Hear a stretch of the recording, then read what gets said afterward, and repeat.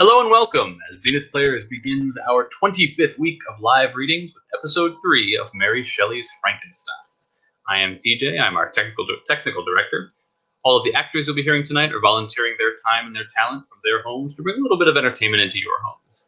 Many of them first met each other 15 minutes ago when they logged on to this StreamYard meeting, and we want to thank them for joining us.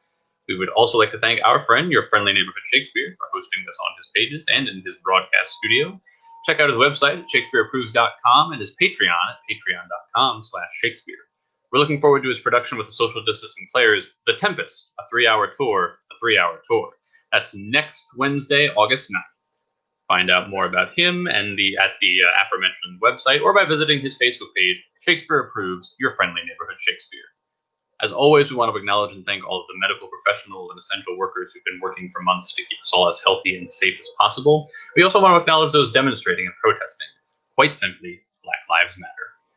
If you are interested in more information about our totally volunteer organization, check out our website, zenithplayers.com. Feel very free to check out our very attractive donations page. 100% of all donations go towards production costs, which these days consist of the various subscriptions that allow for these readings to happen.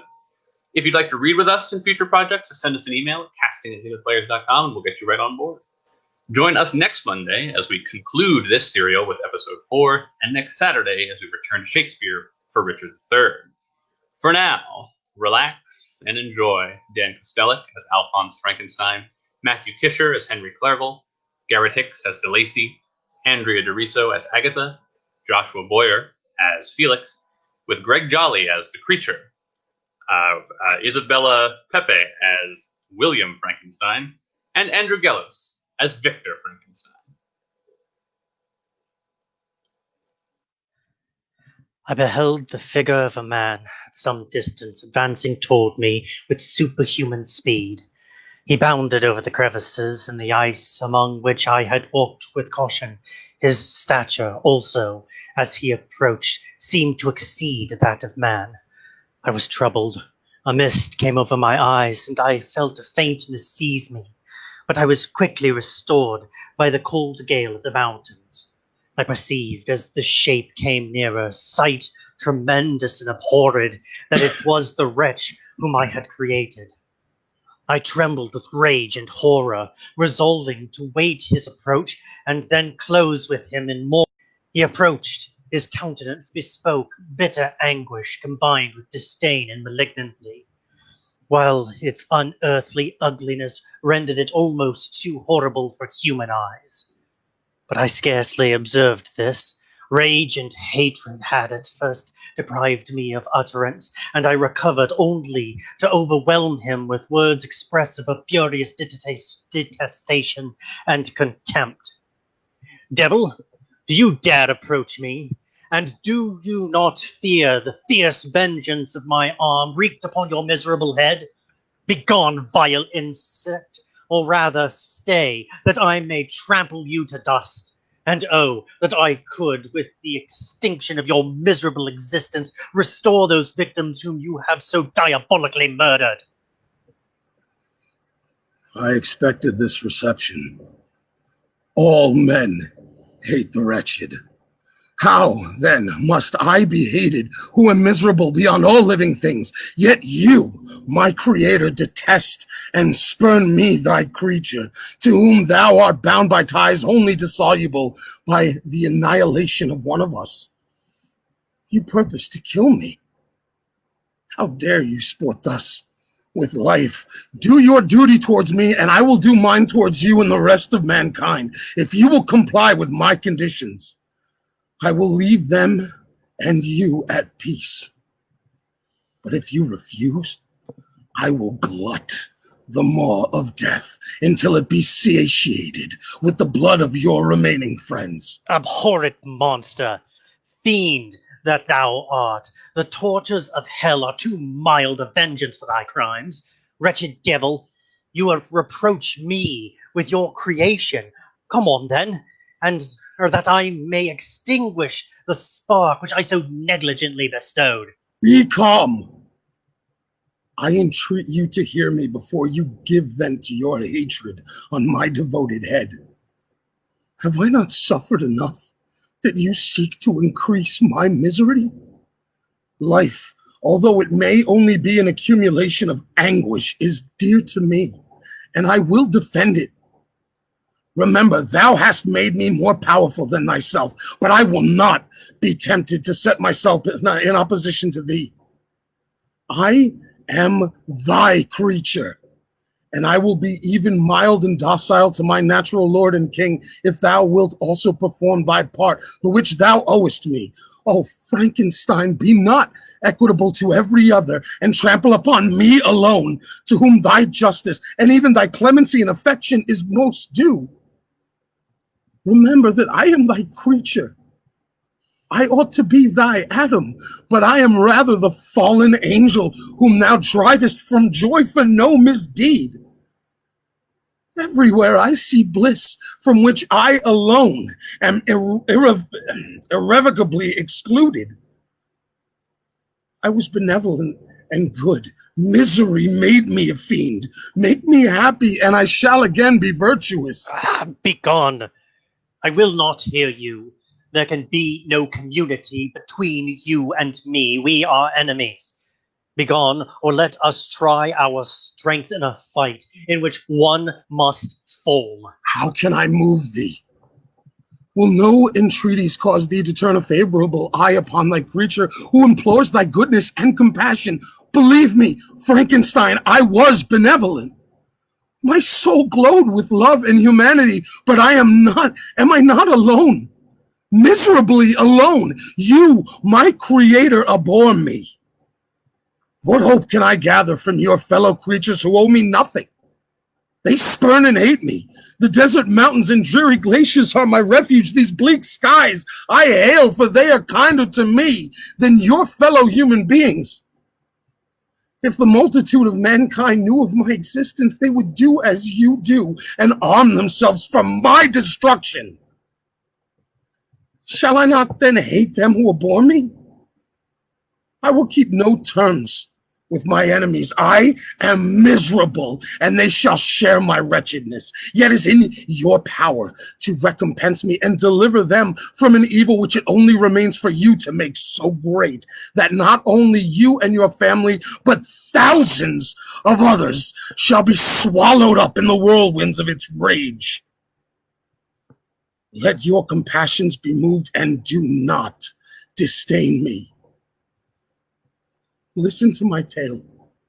When you have heard that, abandon or commiserate me as you shall judge that I deserve, but hear me. The guilty are allowed by human laws, bloody as they are, to speak in their own defense before they are condemned. Listen to me, Frankenstein. You accuse me of murder, and yet you would, with a satisfied conscience, destroy your own creature. Oh, praise the eternal justice of man!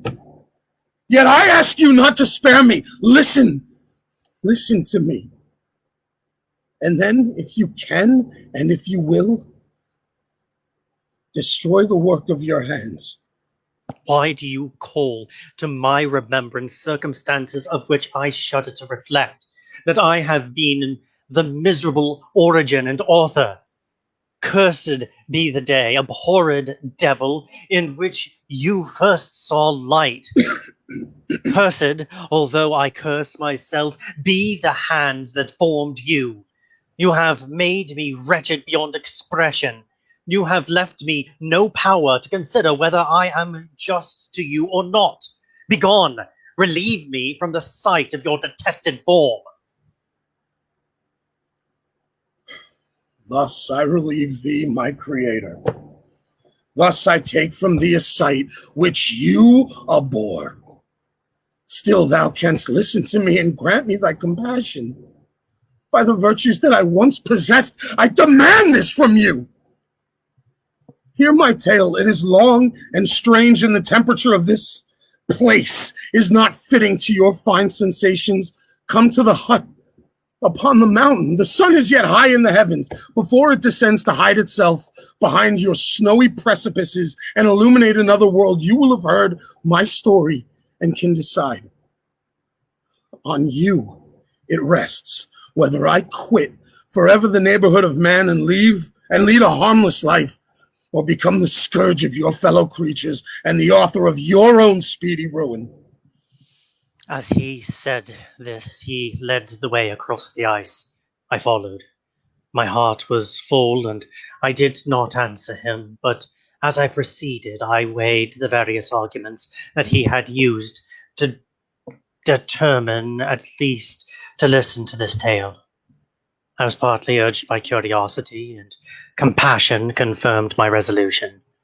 I had hitherto supposed him to be the murderer of my brother, and I eagerly sought a confirmation or denial of this opinion. For the first time, also, I felt what the duties of a creator towards his creature were, and that I ought to render him happy before I complained of his wickedness. The motives urged me to comply with this demand. We crossed the ice, therefore, and ascended the opposite rock. The air was cold, and the rain again began to descend.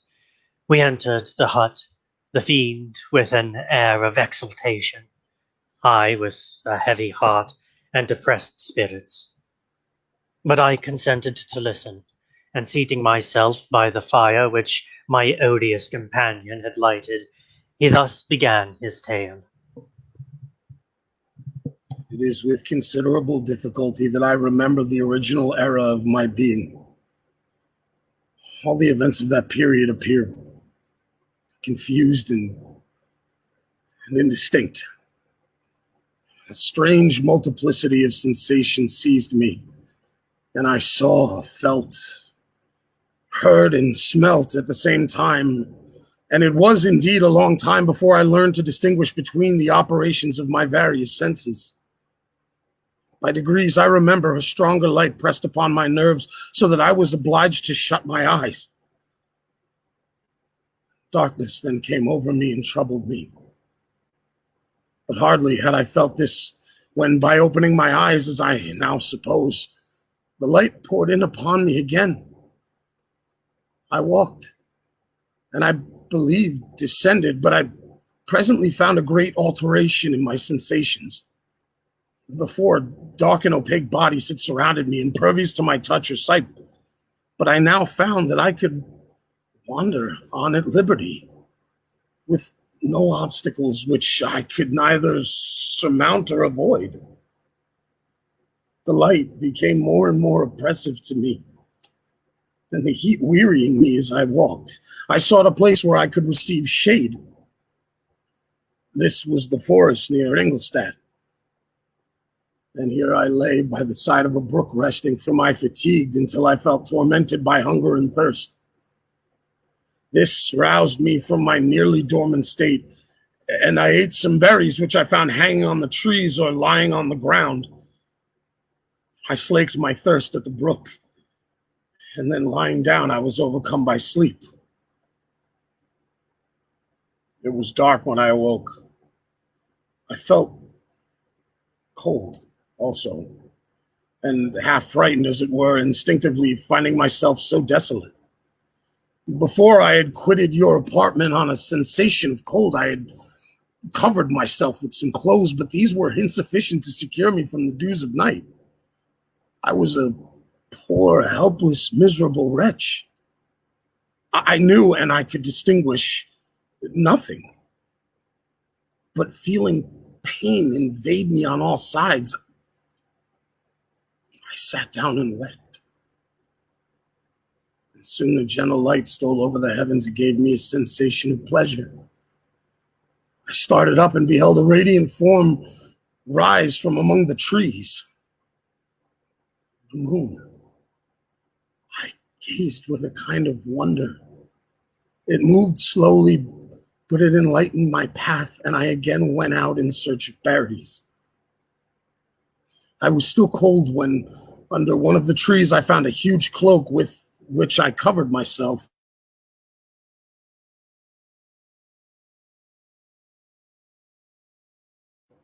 All was confused. I felt light and hunger and thirst and darkness. Innumerable sounds rang in my ears, and on all sides various scents saluted me. The only object I could distinguish was the bright moon, and I fixed my eyes on that with pleasure. Several changes of day and night passed, and the orb of night had greatly lessened when I began to distinguish my sensations from each other. I gradually saw plainly the clear stream that supplied me with drink and the trees that shaded me with their foliage.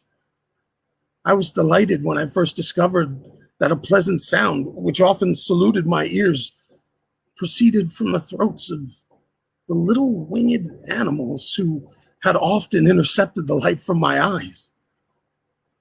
I began also to observe with greater accuracy the forms that surrounded me and to perceive the boundaries of the radiant roof of light which canopied me. Sometimes I tried to imitate the pleasant songs of the birds, but was unable. Sometimes I wished to express my sensations in my own mode, but the uncouth and inarticulate sounds which broke from me frightened me into silence again. The moon had disappeared from the night, and again, with a lessened form, showed itself while I still remained in the forest. My sensations had by this time become distinct, and my mind received every day additional ideas. My eyes became accustomed to the light and to perceive objects in their right forms. I distinguished the insect from the herb, and by degrees one herb from another. I found that the sparrow uttered none but harsh notes, whilst those of the blackbird and the thrush were sweet and enticing. One day when I was oppressed by cold, I found a fire which had been left by some wandering beggars and was overcome with delight at the warmth I experienced from it. In my joy, I thrust my hand into the live embers, but quickly drew it out again with a cry of pain. How strange, I thought, that the same cause should produce such opposite effects. I examined the materials of the fire and, to my joy, found it to be composed of wood. I quickly collected some branches, but they were wet and would not burn. I was pained at this and sat still, watching the operation of the fire. The wet wood which I had placed near the heat dried, and itself became inflamed. I reflected on this, and by touching the various branches, I discovered the cause and busied myself in collecting a great quantity of wood that I might dry and have a plentiful supply of fire. When night came on and brought sleep with it, I was in the greatest fear lest my fire should be extinguished. I covered it carefully with dry wood and leaves and placed wet branches upon it, and then, spreading my cloak, I lay on the ground and sank into sleep. It was morning when I awoke, and my first care was to visit the fire. I uncovered it, and a gentle breeze quickly fanned it into a flame. I observed this also and contrived a fan of branches which roused the embers when they were nearly extinguished. When night came again, I found with pleasure that the fire gave light as well as heat, and that the discovery of this element was useful to me in my food, for I found some of the offals and that the travelers had left had been roasted and tasted much more savory than the berries I had gathered from the trees. I tried, therefore, to dress my food in the same manner, placing it on the live embers. I found that the berries were spoiled by this operation, and the nuts and roots much improved. Food, however, became scarce, and I often spent the whole day searching in vain for a few acorns to assuage the pangs of hunger. When I found this, I resolved to quit the place I had hitherto inhabited, to seek for one where the few wants I experienced would be more easily satisfied. In this emigration, I exceedingly lamented the loss of the fire, which I had obtained through accident and knew not how to reproduce it. I gave several hours to the serious consideration of this difficulty, but I was obliged to relinquish all attempt to supply it, and wrapping myself up in my cloak, I struck across the wood towards the setting sun. I passed 3 days in these rambles, and at length discovered the open country. A great fall of snow had taken place the night before, and the fields were one of uniform white. The appearance was disconsolate, and I found my feet chilled by the cold, damp substance that covered the ground. It was about 7 in the morning, and I long obtained in shelter. At length, I perceived a small hut on a rising ground which had doubtless been built for the convenience of some shepherd. This was a new sight to me, and I examined the structure with great curiosity. Finding the door open, I entered. An old man sat in it near a fire over which he was preparing his breakfast. He turned on hearing the noise and perceiving me, shrieked loudly, and quitting the hut ran across the fields with a speed of which his debilitated form hardly appeared capable. His appearance, different from any I had ever before seen, and his flight somewhat surprised me. But I was enchanted by the appearance of the hut. Here the snow and rain could not penetrate, the ground was dry, and it presented to me then as exquisite and divine a retreat as pandemonium appeared to the demons of hell after their suffering in the lake of fire. I greedily devoured the remnants of the shepherd's breakfast, which consisted of bread, cheese, milk, and wine. The latter, however, I did not like. Then, overcome by fatigue, I lay down among some straw and fell asleep. It was noon when I awoke, and allured by the warmth of the sun which shone brightly on the white ground, I determined to recommence my travels, and depositing the remains of the peasant's breakfast in a wallet I found, I proceeded across the field for several hours, until at sunset I arrived at a village. How miraculous did this appear! The huts, the neater cottages, and stately houses engaged my admiration by turns. The vegetables in the gardens, the milk and cheese that I saw placed at the windows of some of the cottages allured my appetite. One of the best of these I entered, but I had hardly placed my foot within the door before the children shrieked, and one of the women fainted. The whole village was roused. Some fled. Some attacked me, until grievously bruised by stones and many other kinds of missile weapons, I escaped to the open country and fearfully took refuge in a low hovel, quite bare, and making a wretched appearance after the palaces I beheld in the village. His hovel, however, joined a cottage of a neat and pleasant appearance. But after my late dearly bought experience, I dared not enter it. My place of refuge was constructed of wood, but so low that I could with difficulty sit upright in it. No wood, however, was placed on the earth which formed the floor, but it was dry. And although the wind entered by innumerable chinks, I found it an agreeable asylum from the snow and rain. Here then I retreated and lay down, happy to have found a shelter, however miserable, from the inclemency of the season and still more from the barbarity of men. As soon as morning dawned, I crept from my kennel that I might view the adjacent cottage and discover if I could remain in the habitation I had found. It was situated against the back of the cottage and surrounded on the sides, which were exposed by a pigsty and a clear pool of water. One part was open, and by that I had crept in, but now I covered every crevice by which I might be perceived with stone and wood, yet in such a manner that I might move them on occasion to pass out. All the light that I enjoyed came through the sty, and that was sufficient for me. Having thus arranged my dwelling and carpeted it with clean straw, I retired, for I saw the figure of a man at a distance. Then I remembered too well my treatment the night before to trust myself in his power. I had first, however, provided for my sustenance for that day by a loaf of coarse bread, which I purloined, and a cup with which I could drink more conveniently than from my hand of the pure water which flowed by my retreat.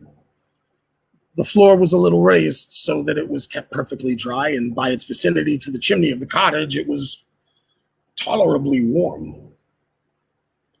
Being thus provided, I resolved to reside in this hovel until something should occur which might alter my determination. It was indeed a paradise compared to the bleak forest, my former residence, the rain-dropping branches and dank earth. I ate my breakfast with pleasure and was about to remove a plank to procure myself a little water when I heard a step, and looking through a small chink, I beheld a young creature with a pail on her head, passing before my hovel.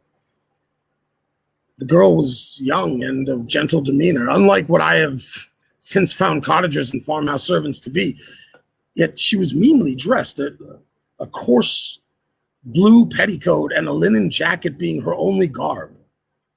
Her fair hair was plaited, but not adorned. She looked patient, yet sad. I lost sight of her, and in about a quarter of an hour she returned bearing the pail, which was now partly filled with milk.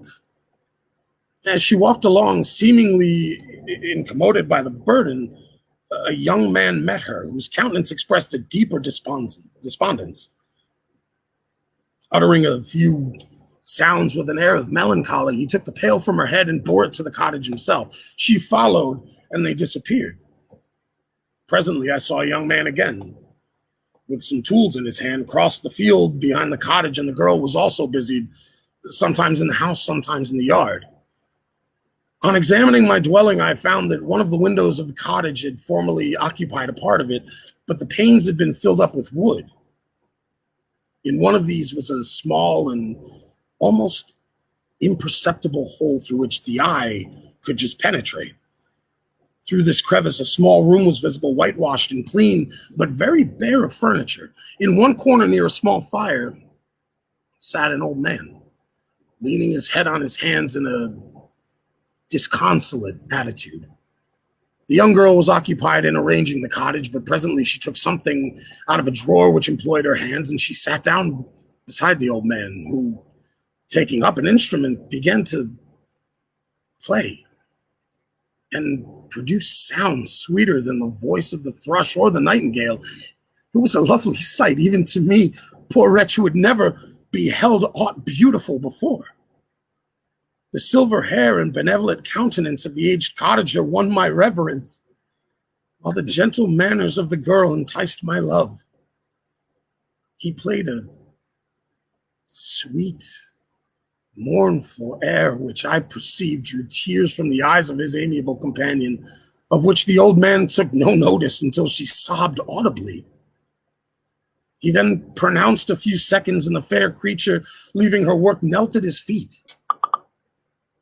He raised her and smiled with such kindness and affection that I felt sensations of a peculiar and overpowering nature. They were a mix of pain and pleasure, such as I had never before experienced, either from hunger or cold, warmth of food, and I withdrew from the window, unable to bear these emotions. Soon after this, the young man returned, bearing on his shoulders a load of wood. The girl met him at the door, helped him to relieve him of his burden, and taking some of the fuel into the cottage, placed it on the fire. Then she and the youth went apart into a nook of the cottage, and he showed her a large loaf and a piece of cheese. She seemed pleased and went into the garden for some roots and plants, which she had placed in water and then upon the fire. She afterwards continued her work, whilst the young man went into the garden and appeared busily employed in digging and pulling up roots. After he had been employed thus about an hour, the young woman joined him, and they entered the cottage together. The old man had, in the meantime, been pensive, but on the appearance of his companions, he assumed a more cheerful air, and they sat down to eat. The meal was quickly dispatched. The young woman was again occupied in arranging the cottage. The old man walked before the cottage in the sun for a few minutes, leaning on the arm of the youth. Nothing could exceed in beauty the contrast between these two excellent creatures. One was old, with silver hairs and a countenance beaming with benevolence and love. The younger was slight and graceful in his figure, and his features were molded with the finest symmetry. Yet his eyes and attitude expressed the utmost sadness and despondency. The old man returned to the cottage, and the youth, with tools different from those he had used in the morning, directed his steps across the field. Light quickly shut in, but to my extreme wonder, I found that the cottagers had a means of prolonging light by the use of tapers, and was delighted to find that the setting of the sun did not put an end to the pleasure I experienced in watching my human neighbors. In the evening, the young girl and her companion were employed in various occupations which I did not understand, and the old man again took up the instrument which produced the divine sounds that had enchanted me in the morning. So soon as he had finished, the youth began not to play, but to utter sounds that were monotonous, and neither resembling the harmony of the old man's instrument nor the songs of the birds. I since found that he read aloud. But at that time, I knew nothing of the science of words or letters. The family, after having been thus occupied for a short time, extinguished their lights and retired, as I conjectured, to rest.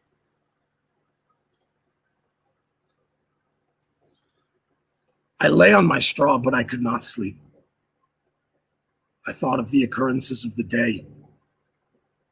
What chiefly struck me was the gentle manners of these people, and I longed to join them, but dared not. I remembered too well the treatment I had suffered the night before from the barbarous villagers, and resolved whatever course of conduct I might hereafter think it right to pursue, that for the present I would remain quietly in my hovel, watching and endeavoring to discover the motives which influenced their actions. The cottagers arose the next morning before the sun. The young woman arranged the cottage and prepared the food, and the youth departed after the first meal. This day was passed in the same routine as that which preceded it. The young man was constantly employed out of doors, and the girl in various laborious occupations within.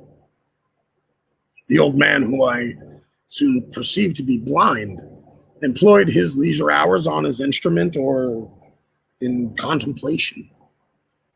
Nothing could exceed the love and respect which the younger cottagers exhibited towards their venerable companion.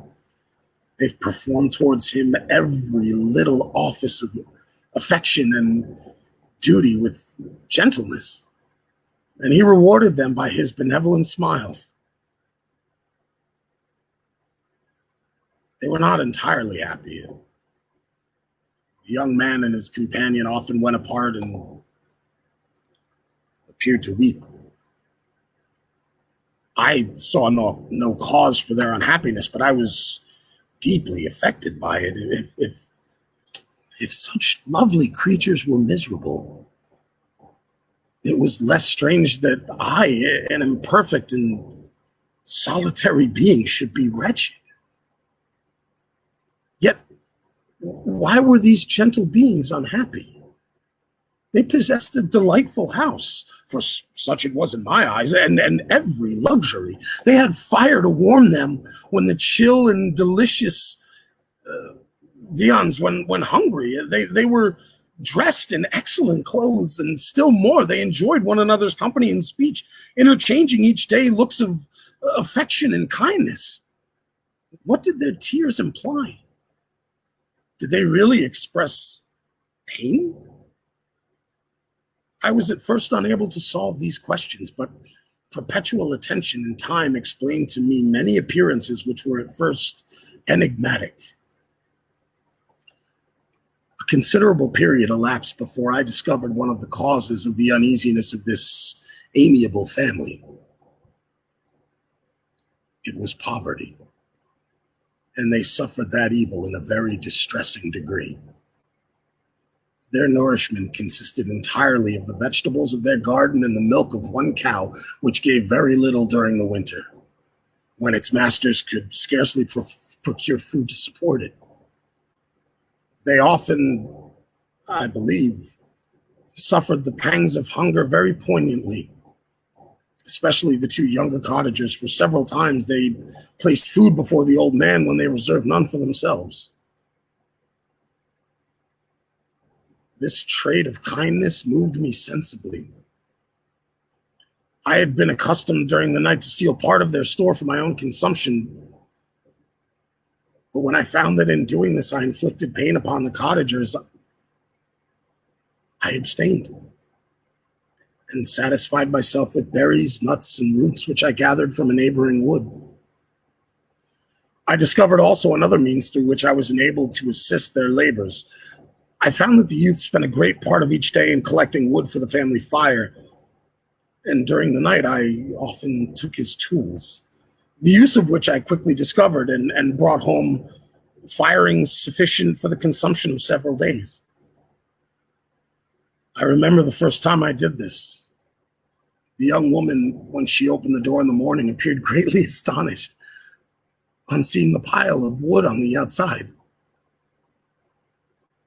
She uttered some words in a loud voice, and the youth joined her, who also expressed surprise. I observed with pleasure that he did not go into the forest that day, but spent it in repairing the cottage and cultivating the garden. By degrees, I made a discovery of a still greater moment. I found that these people possessed a method of communicating their experiences and feelings to one another by articulating sounds.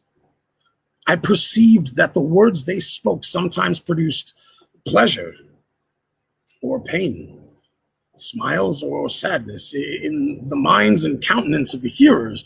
This was indeed a godlike science, and I ardently desired to become acquainted with it. But I was baffled in every attempt I made for this purpose. Their pronunciation was quick, and the words they uttered not having any apparent connection with visible objects, I was unable to discover any clue by which I could unravel the mystery of their reference. By great application, however, and after having remained during the space of several revolutions of the moon in my hovel, I discovered the names that were given to some of the most familiar objects of discourse. I learned and applied the words. Fire.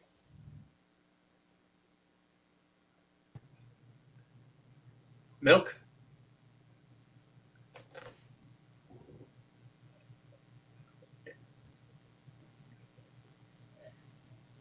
Wood. I learned also the names of the cottagers themselves. The youth and his companion had each of them several names, but the old man only had one. Father. Father. The girl was called Sister. Agatha. And the youth. Felix. Brother. Son. I cannot describe the delight I felt when I learned the ideas appropriated to each of these sounds and was able to pronounce them. I distinguished several other words without being able as yet to understand or apply them, such as Good. Dearest. Unhappy. I spent the winter in this manner. The gentle manners and beauty of the cottagers greatly endeared them to me. When they were unhappy, I felt depressed. When they rejoiced, I sympathized in their joys. I saw few human beings besides them, and if any other happened to enter the cottage, their harsh manners and rude gait only enhanced to me the superior accomplishments of my friends. The old man, I could perceive, often endeavored to encourage his children, as sometimes I found that he called to them to cast off their melancholy. He would talk in a cheerful accent with an expression of goodness that bestowed pleasure even upon me. Agatha listened with respect, her eyes sometimes filled with tears, which she endeavored to wipe away unperceived, but I generally found that her countenance and tone were more cheerful after having listened to the exhortations of her father. It was not thus with Felix. He was always the saddest of the group, and even to my unpracticed senses, he appeared to have suffered more deeply than his friends. But if his countenance was more sorrowful, his voice was more cheerful than that of his sister, especially when he addressed the old man. I could mention innumerable instances which, although slight, marked the dispositions of these amiable cottagers. In the midst of poverty and want, Felix carried with pleasure to his sister the first little white flower that peeped out from beneath the snowy ground. In the early morning, before she had risen, he cleared away the snow that obstructed her path to the milk house, drew water from the well, and brought wood from the outhouse, where, to his perpetual astonishment, he found his store always replenished by an invisible hand. In the day, I believe he worked sometimes for a neighboring farmer, because he often went forth and did not return until dinner, yet brought no wood with him. At other times he worked in the garden, but as there was little to do in the frosty season, he read aloud to the old man and Agatha. This reading had puzzled me extremely at first, but by degrees I discovered that he uttered many of the same sounds when he read as when he talked. I conjectured, therefore, that he found on paper signs for speech which he understood. And I ardently longed to comprehend these also. But how was that possible when I did not even understand the sounds for which they stood as signs? I improved, however, sensibly in the science, but not sufficiently to follow up any kind of conversation. Although I applied my whole mind to the endeavor, for I easily perceived that, although I eagerly longed to discover myself to the cottagers, I ought not to make the attempt until I had first become master of their language, which knowledge might enable me to make them overlook the deformity of my figure. For with this also the contrast perpetually presented to my eyes had made me acquainted. As the sun became warmer and the light of day longer, the snow vanished, and I beheld the bare trees and the black earth. From this time, Felix was more employed, and the heart-moving indications of impending famine disappeared. Their food, as I afterward found, was coarse, but it was wholesome, and they procured a sufficiency of it. Several new kinds of plants sprang up in the garden, which they dressed, and these signs of comfort increased daily as the seasons advanced. The old man, leaning on his son, walked each day at noon when it did not rain, as I found it was called when the heavens poured forth its waters. This frequently took place, but a high wind quickly dried the earth, and the season became far more pleasant than it had been. My mode of life in my hovel was uniform. During the morning, I attended the motions of the cottagers, and when they were dispersed in various occupations, I slept. The remainder of the day was spent in observing my friends. When they had retired to rest, if there was any moon or the night was starlit, I went into the woods and collected my own food and fuel for the cottage. When I returned, as often as it was necessary, I cleared their path from the snow and performed those offices that I had seen done by Felix. I afterwards found that these labors performed by an invisible hand greatly astonished them. And once or twice I heard them on these occasions utter words. Good spirit! Wonderful! But I did not then understand the signification of these terms. My thoughts now became more active, and I longed to discover the motives and feelings of these lovely creatures. I was inquisitive to know why Felix appeared so miserable and Agatha so sad. I thought, foolish wretch, that it might be in my power to restore happiness to these deserving people. When I slept or was absent, the forms of the venerable blind father, the gentle Agatha, and the excellent Felix flitted before me. I looked upon them as superior beings who would be the arbiters of my future destiny. I formed in my imagination 1,000 pictures of presenting myself to them and their reception of me. I imagined that they would be disgusted until, by my gentle demeanor and conciliating words, I should first win their favor and afterwards their love. These thoughts exhilarated me, and led me to apply with fresh ardor to the acquiring the art of language. My organs were indeed harsh but supple, and although my voice was very unlike the soft music of their tones, yet I pronounced such words as I understood with tolerable ease. It was as the ass and the lapdog, yet surely the gentle ass whose intentions were affectionate, although his manners were rude, deserved better treatment than blows and execration. The pleasant showers and genial warmth of spring greatly altered the aspect of the earth. Men who before this change seemed to have been hid in caves dispersed themselves and were employed in various arts of cultivation. The birds sang in more cheerful notes, and the leaves began to bud forth on trees. Happy, happy earth, fit habitation for gods, which so short a time before was bleak, damp, and unwholesome.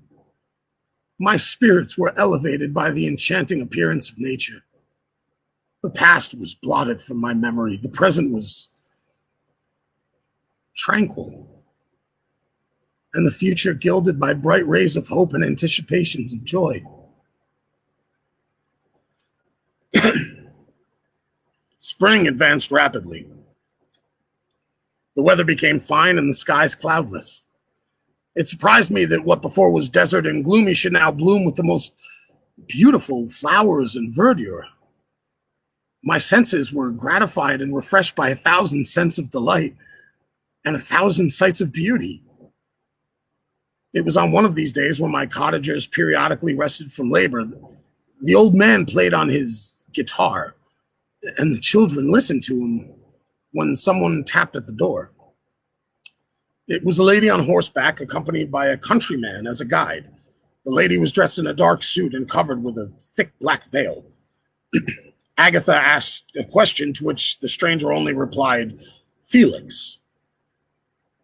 Her voice was musical, but unlike that of either of my friends. On hearing this word, Felix came up hastily to the lady, who, when she saw him, threw up her veil, and I beheld a countenance of angelic beauty and expression. Her hair of a shining raven, black and curiously braided. Her eyes were dark but gentle, although animated.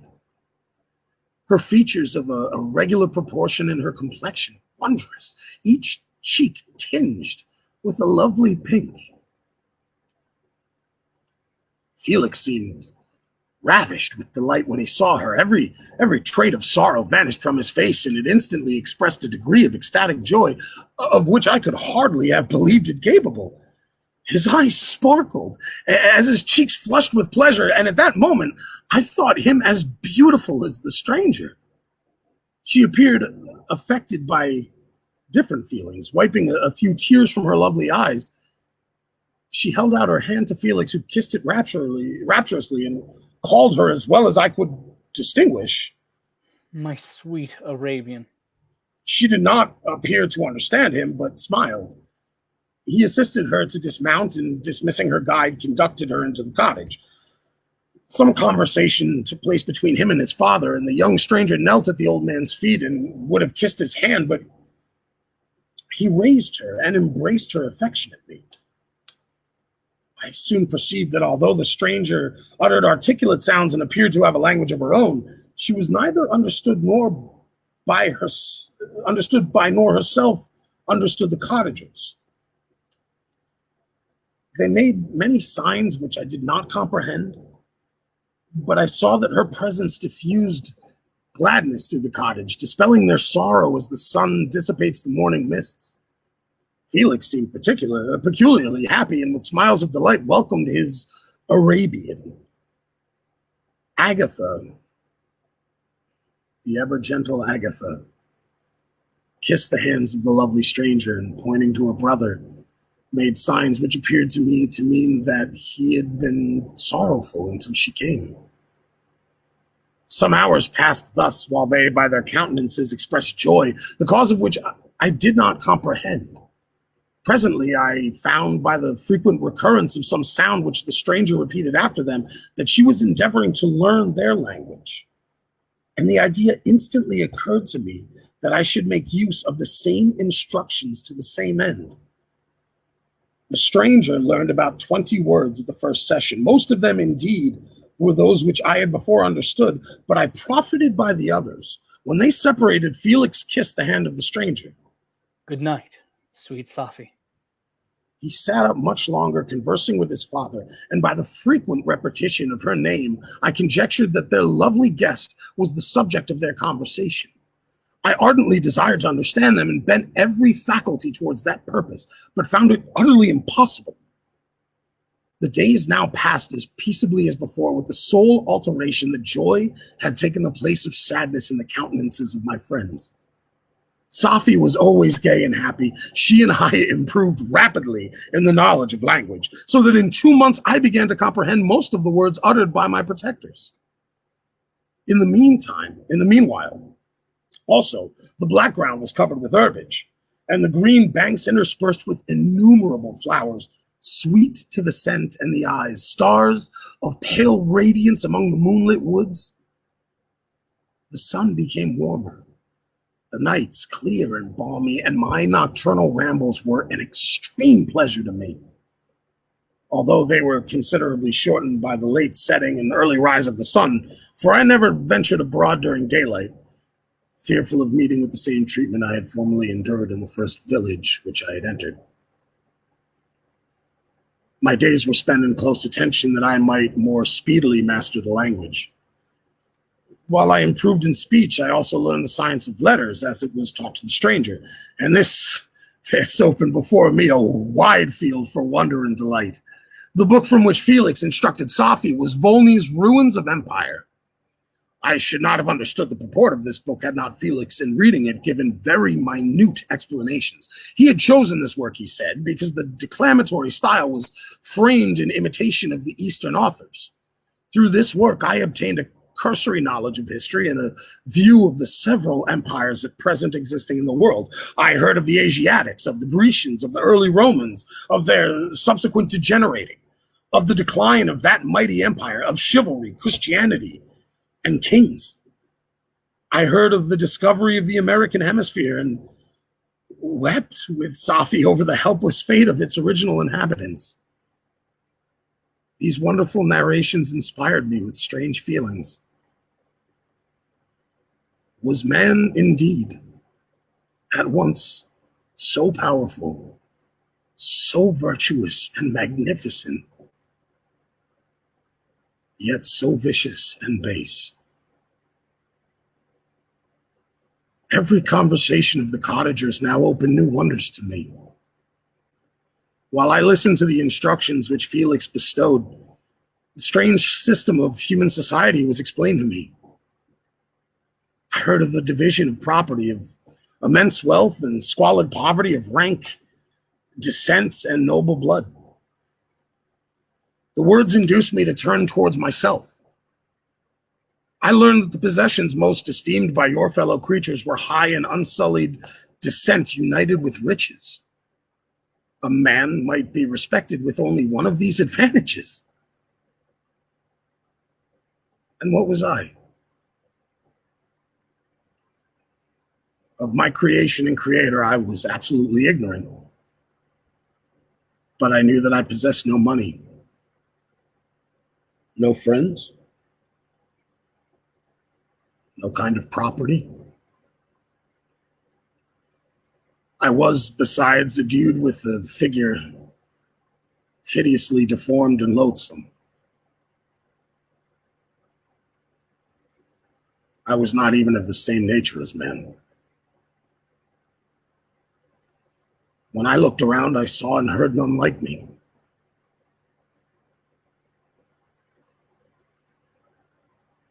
Was I then a monster? A blot upon the earth from which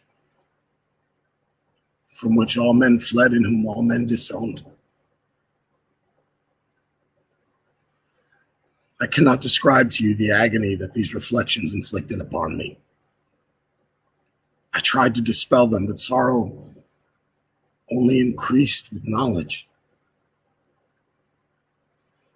Oh, that I had forever remained in my native wood, nor known nor felt beyond the sensations of hunger, thirst, and heat. Other lessons were impressed upon me even more deeply.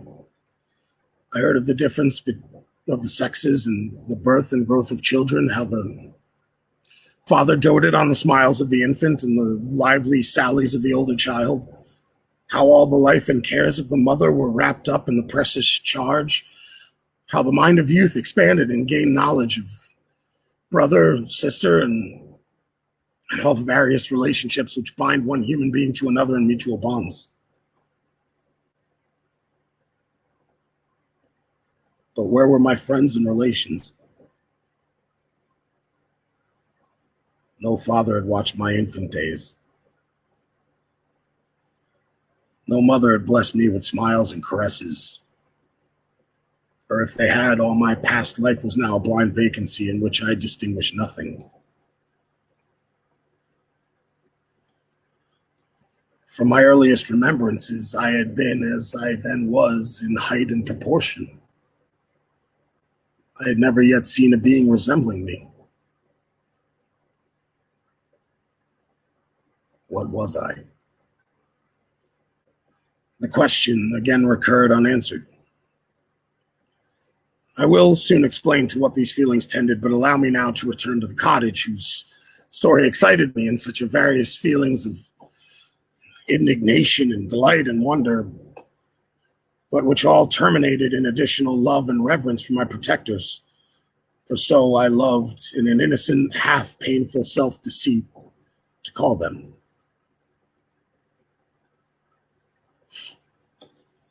Some time elapsed before I learned the history of my friends.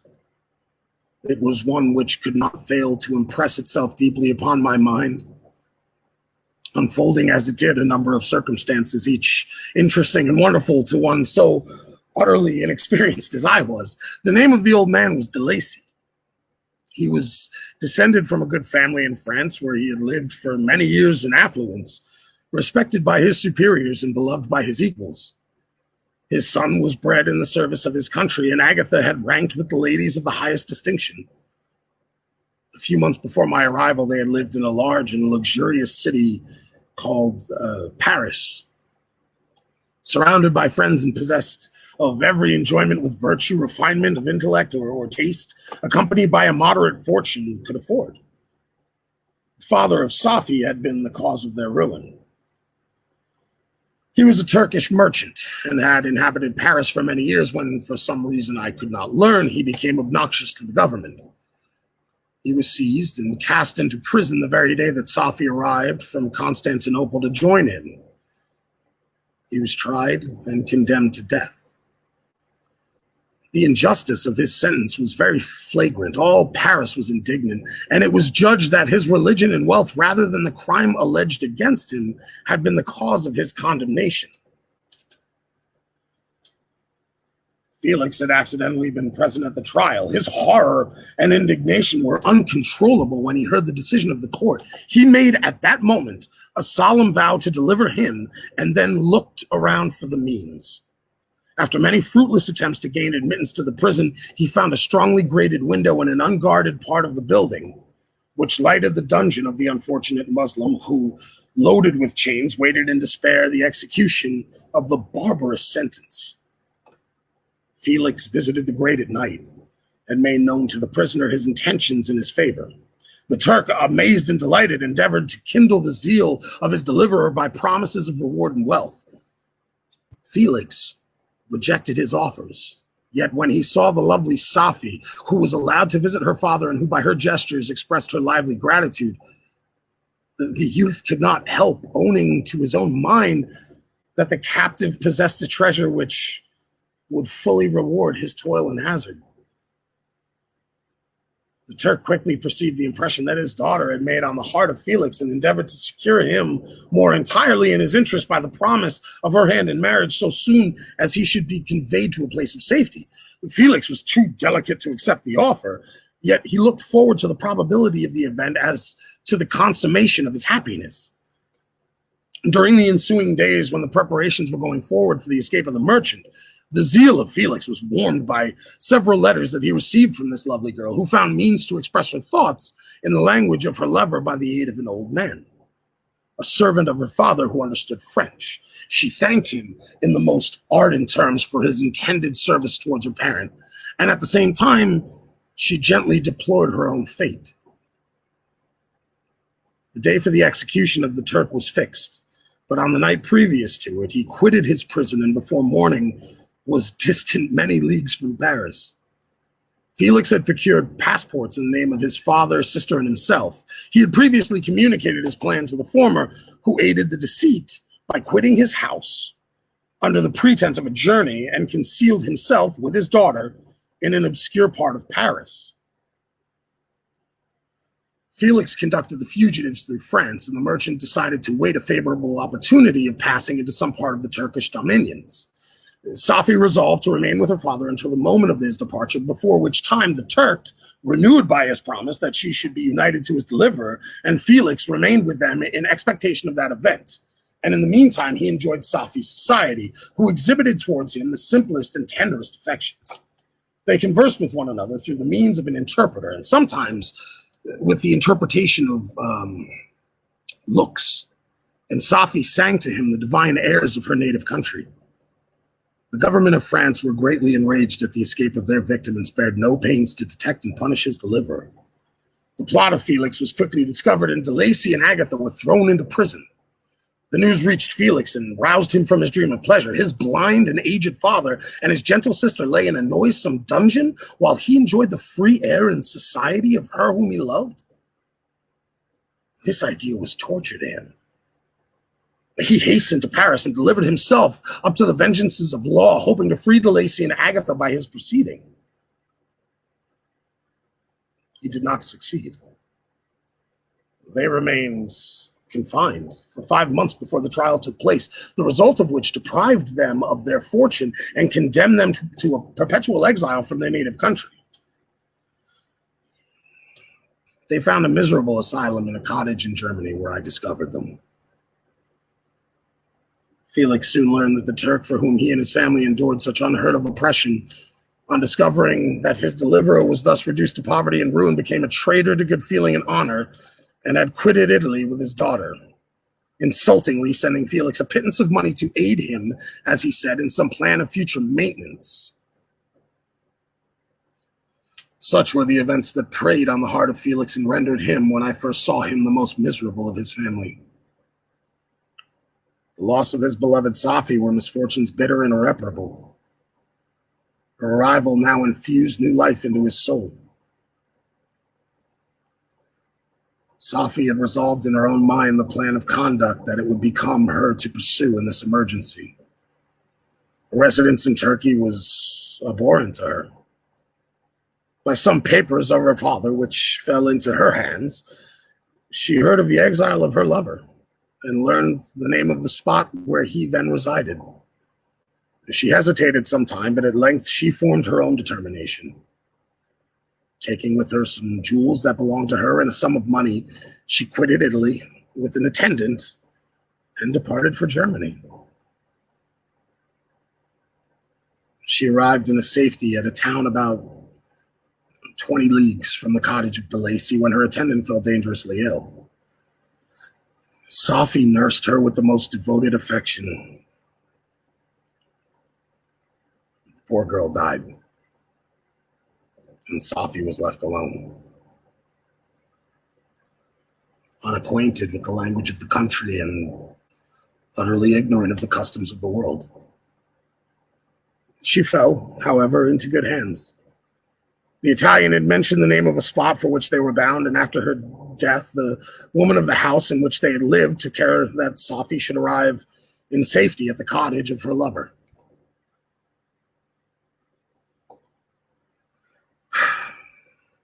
Such was the history of my beloved cottagers. It impressed me deeply.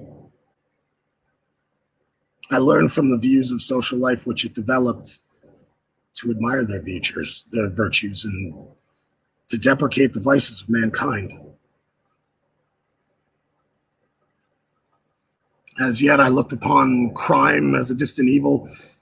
Benevolence and generosity were ever present before me, inciting within me a desire to become an actor in the busiest scene where so many admirable qualities were called forth and displayed. But in giving an account of the progress of my intellect, I must not omit a circumstance which occurred in the beginning of the month of August of the same year.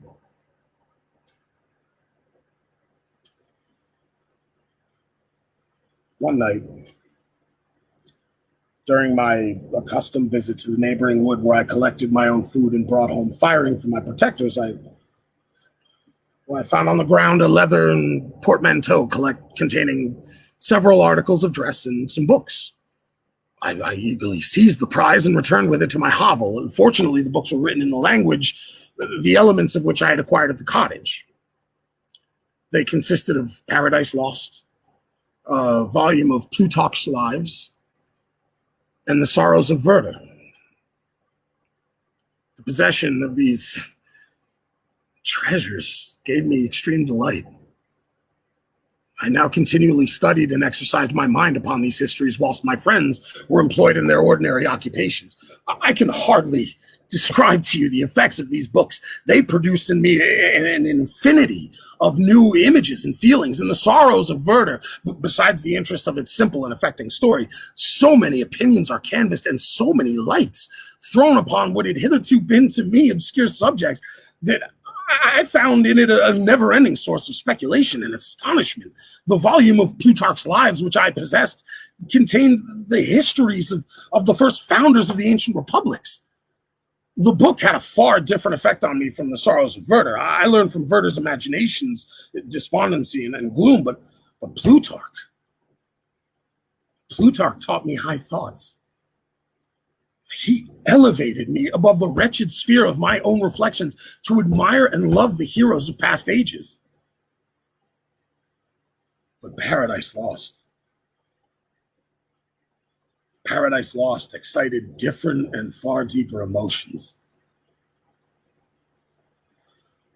I read it as I had read the other volumes which had fallen into my hands as a true history. It moved every feeling of wonder and awe that the picture of an omnipotent God warring with his creatures was capable of exciting. I often referred to several situations as their similarity struck me to my own. Like Adam, I was apparently united by no link to any other being in existence, but his state was far different from mine in every other respect. He had come forth from the hands of God, a perfect creature, happy and prosperous, guarded by the especial care of his creator.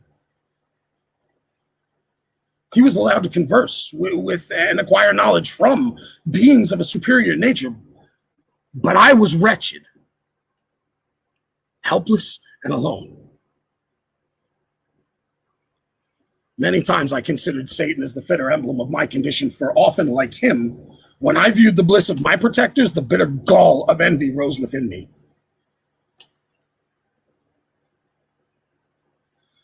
Another circumstance strengthened and confirmed these feelings. Soon after my arrival in the hovel, I discovered some papers in the pocket of the dress which I had taken from your laboratory. At first, I neglected them. But now that I was able to decipher the characters in which they were written, I began to study them with diligence. It was your journal of the 4 months that preceded my creation. You minutely described in these papers every step you took in the progress of your work. This history was mingled with accounts of domestic occurrences. You doubtless recollect these papers. Here they are. Everything is related in them which bears reference to my accursed origin. The whole detail of that series of disgusting circumstances which produced it is set in view. The minutest descriptions of my odious and loathsome person is given in language which painted your own horrors and rendered mine indelible. I sickened as I read. "Hateful day when I received life," I exclaimed in agony. "Accursed creator, why did you form a monster so hideous that even you turn from me in disgust?"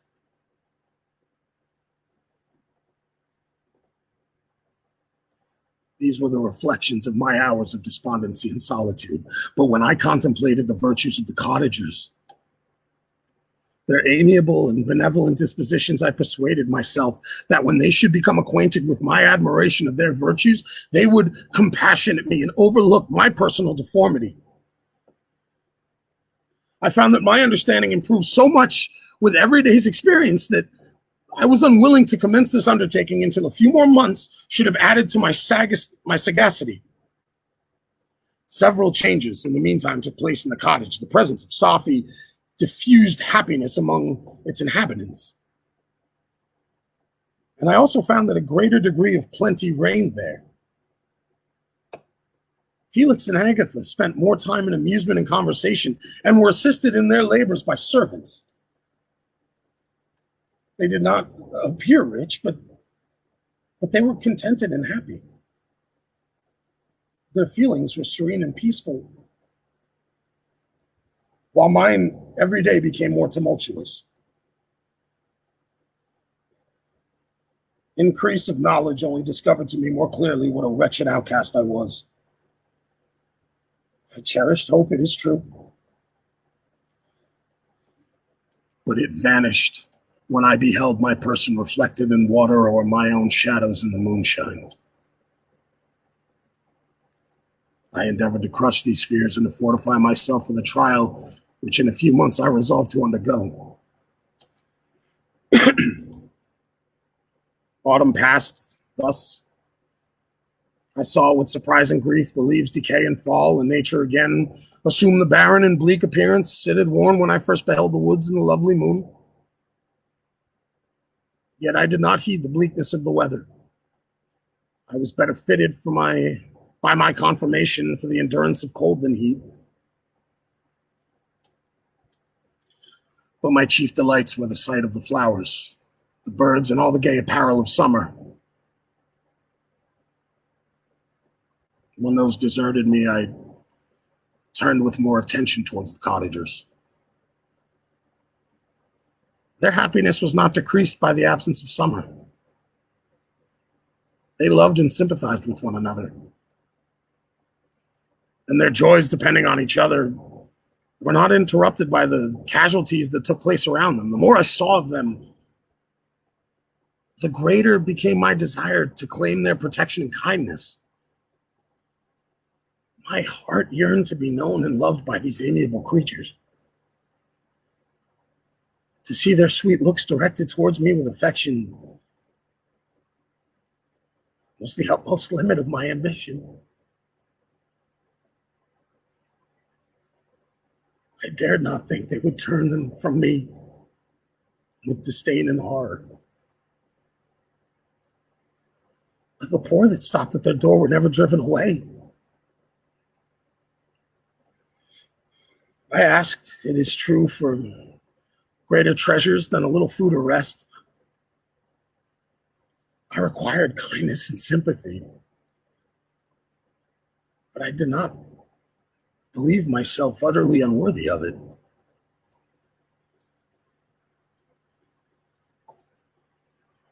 The winter advanced, and an entire revolution of the seasons had taken place since I awoke into life. My attention at this time was solely directed towards my plan of introducing myself into the cottage of my protectors. I revolved many projects, but that on which I finally fixed was to enter the dwelling when the blind old man should be alone. I had sagacity enough to discover that the unnatural hideousness of my person was the chief object of horror with those who had formerly beheld me. My voice, although harsh, had nothing terrible in it. I thought, therefore, that if in the absence of his children I could gain the goodwill and mediation of the old de Lacy, I might by his means be tolerated by my younger protectors.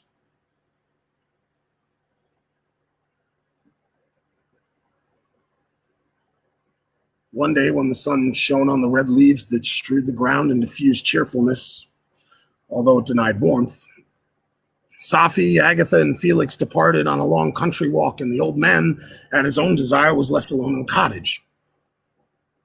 When his children had departed, he took up his guitar and played several mournful but sweet airs, more sweet and mournful than I ever heard him play before. At first, his countenance was illuminated with pleasure, but as he continued, thoughtfulness and sadness succeeded. At length, laying aside the instrument, he sat absorbed in reflection. My heart beat quick. This was the hour and moment of trial, which I would decide my hopes or realize my fears. The servants were gone to a neighboring affair. All was silent in and around the cottage. It was an excellent opportunity.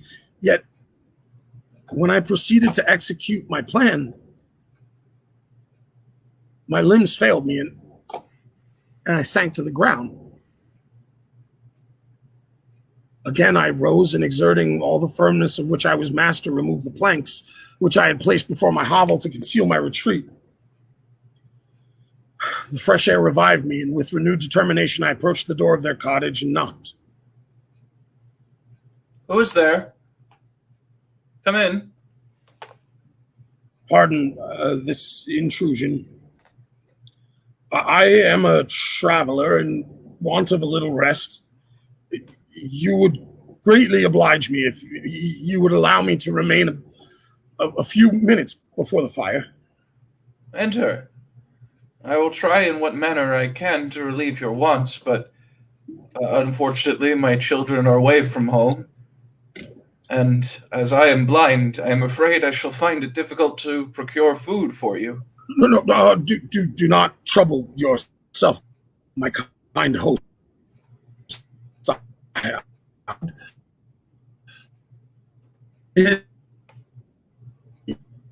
That I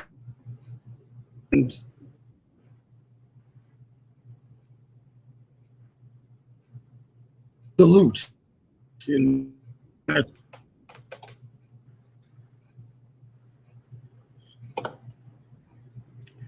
By your language, stranger, I suppose you are my countryman. Are you French? No, but I was educated by a French family and understand that language only. I am now going to claim the protection of some friends whom I sincerely love and of whose favor I have some hopes. Are they Germans? No, they are French. But let us change the subject. I am an unfortunate and deserted creature. I look around and I have no relation or friend upon the earth. These amiable people to whom I go have never seen me and know little of me. I am full of fears, for if I fail there, I am an outcast in the world forever. Do not despair. To be friendless is indeed to be unfortunate, but the hearts of men, when unprejudiced by any obvious self-interest, are full of brotherly love and charity. Rely therefore on your hopes, and if these friends are good and amiable, do not despair. They are kind.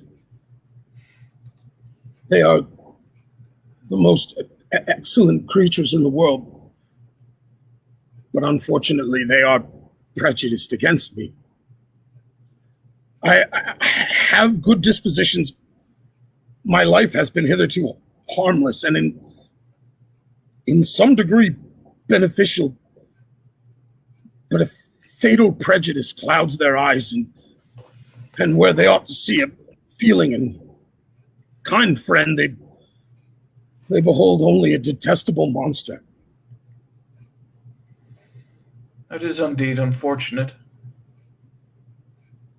But if you are really blameless, cannot you undeceive them? I am about to undertake that task, and it is on that account that I feel so many overwhelming terrors. I tenderly love these friends. I have, unknown to them, been for many months in the habits of daily kindness towards them. But they believe that I wish to injure them. And it is that prejudice which I wish to overcome. Where do these friends reside? Near this spot. If you will unreservedly confide to me the particulars of your tale, I perhaps may be of use in undeceiving them. I am blind and cannot judge of your countenance. But there is something of your words which persuades me that you are sincere. I am poor and an exile, but it will afford me true pleasure to be in any way serviceable to a human creature. Excellent, man. I thank you and accept your generous offer. You raised me from the dust by this kindness, and I trust that by your aid I shall not be driven from the society and sympathy of your fellow creatures. Heaven forbid. Even if you are really criminal, for that could only drive you to desperation and not instigate you to virtue. I also am unfortunate. I and my family have been condemned, although innocent. Judge, therefore, if I do not feel for your misfortunes. How can I thank you? My best and only benefactor. From your lips first have I heard the voice of kindness directed towards me. I shall be forever grateful, and your present humanity assures me of success with those friends whom I am on the point of meeting. May I know the names and residence of these friends? I paused. This, I thought, was the moment of decision, which was to rob me of or bestow happiness upon me forever. I struggled vainly for firmness sufficient to answer him, but the effort destroyed all my remaining strength. I sank on the chair and I just sobbed aloud. At that moment, I heard the steps of my young protectors. I had not a moment to lose, but seizing the hand of the old man, I cried, "Now is the time, save and protect me. You and your family are the friends whom I seek. Do not you desert me in the hour of trial." Great God, who are you? At that instant, the cottage door was open and Felix, Safi, and Agatha entered. Who can describe their horror and consternation on beholding me? Agatha fainted, and Safi, unable to attend to her friend, ran out of the cottage. Felix darted forward and with a supernatural force tore me from his father, to whose knees I clung in a transport of fury. He dashed me to the ground and struck me violently with his stick. I could have torn him limb from limb as the lion rends the antelope.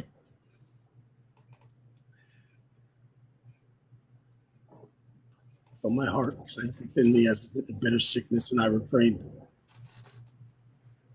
I saw him on the point of repeating his blow. When, overcome by pain and anguish, I quitted the cottage and in general tumult escaped unperceived to my hovel.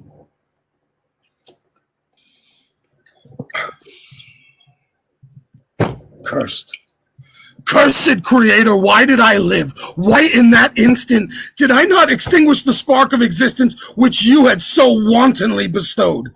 I know not. Despair had not yet taken possession of me. My feelings were those of rage and revenge.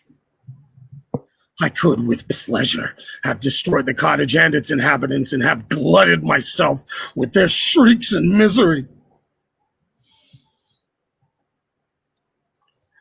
When night came, I quitted my retreat and wandered in the wood. And now, no longer restrained by the fear of discovery, I gave vent to my anguish in fearful howlings. What a miserable night I passed. The cold stars shone in mockery, and the bare trees waved their branches above me. Now and then the sweet voice of a bird burst forth amidst the universal stillness.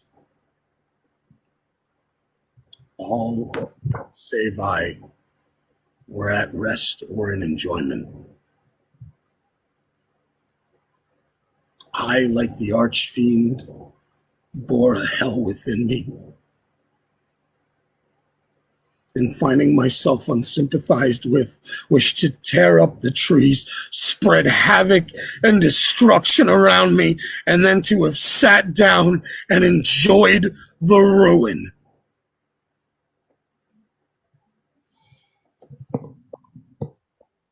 I became fatigued with excessive bodily exertion and sank on the damp grass in the sick impotence of despair. There was none among the myriads of men that existed who would pity or assist me. And should I feel kindness towards my enemies? No. From that moment, I declared everlasting war against the species, and more than all, against him who had formed me and sent me forth to this insupportable misery.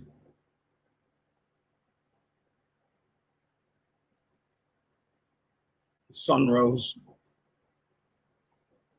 I heard the voices of men and knew that it was impossible to return to my retreat during that day.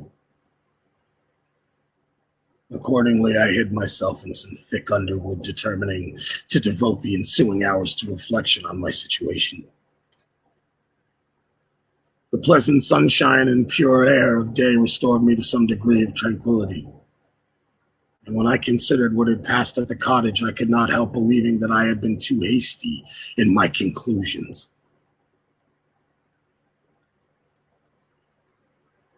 I had certainly acted imprudently.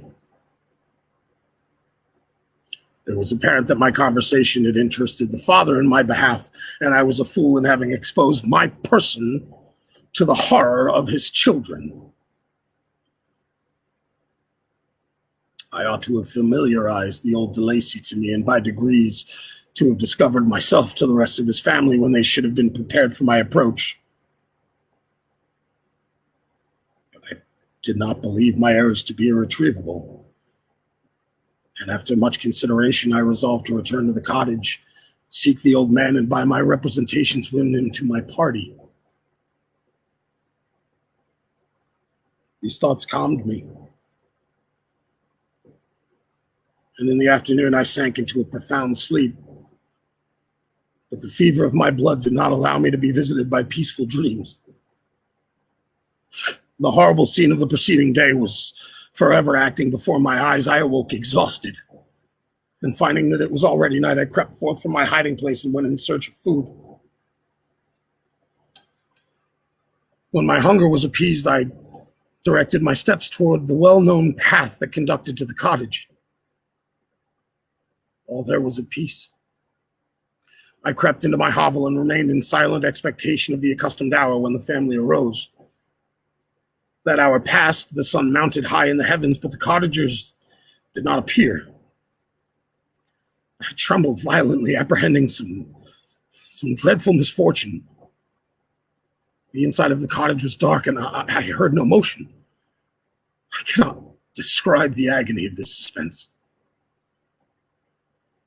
Presently, two countrymen passed by, but pausing near the cottage, they entered into conversation using violent gesticulation.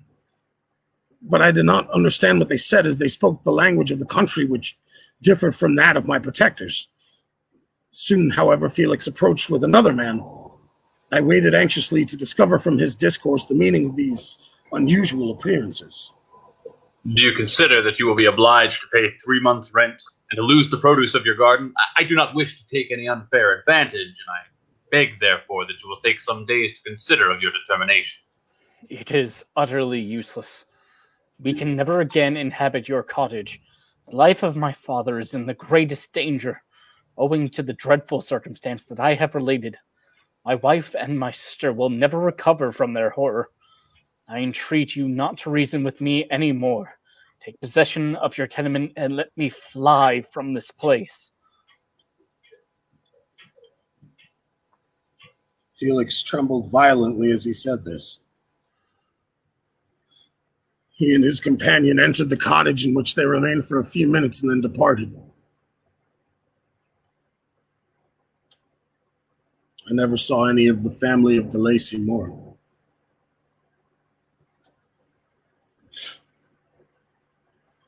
I continued for the remainder of the day in my hovel in a state of utter and stupid despair. My protectors had departed and had broken the only link that held me to the world.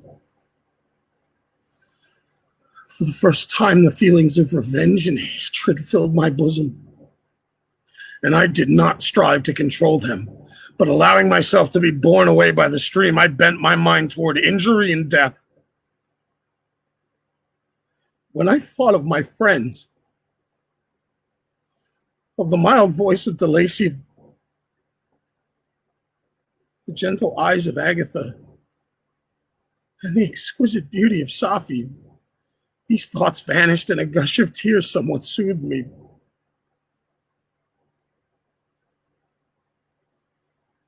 But again, when I reflected that they had spurned and deserted me, anger returned. A rage of anger.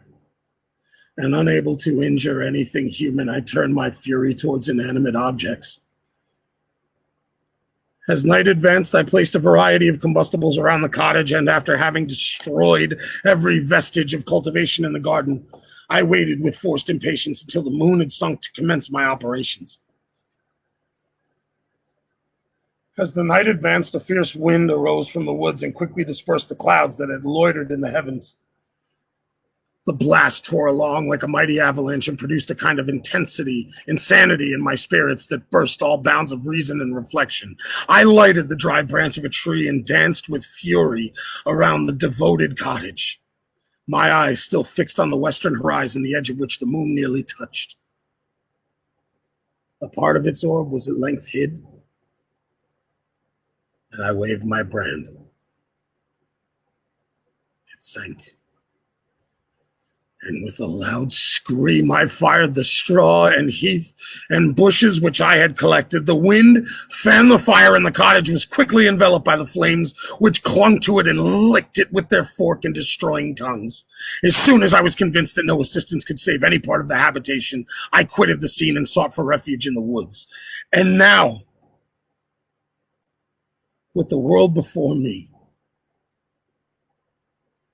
whither should I bend my steps? At length, the thought of you crossed my mind.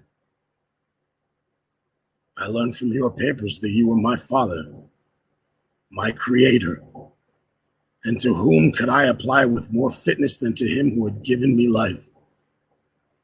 You had mentioned Geneva as the name of your native town, and towards this place I resolved to proceed. But how was I to direct myself? I knew that I must travel in a southwesterly direction to reach my destination, but the sun was my only guide. I did not know the names of the towns that I was to pass through, nor could I ask information from a single human being. My travels were long, and the sufferings I endured intense. It was late in autumn when I quitted the district where I had so long resided. I traveled only at night, fearful of encountering the visage of a human being. Nature decayed around me, and the sun became heartless. Rain and snow poured around me. Mighty rivers were frozen. The surface of the earth was hard and chill and bare, and I found no shelter. The agony of my feelings allowed me no respite. No incident occurred from which my rage and misery could not extract its food, but a circumstance that happened when I arrived on the confines of Switzerland, when the sun had recovered its warmth and the earth again began to look green, confirmed in an especial manner the bitterness and horror of my feelings. I generally rested during the day and traveled only when I was secured by night, from the view of man. At length I reached the environs of Geneva. It was evening when I arrived, and I retired to a hiding place among the fields that surrounded it to meditate in what manner I should apply to you. I was oppressed by fatigue and hunger and far too unhappy to enjoy the gentle breezes of evening or the prospect of the sun setting behind the stupendous mountains. At this time, a slight sleep relieved me from the pain of reflection, which was disturbed by the approach of a beautiful child.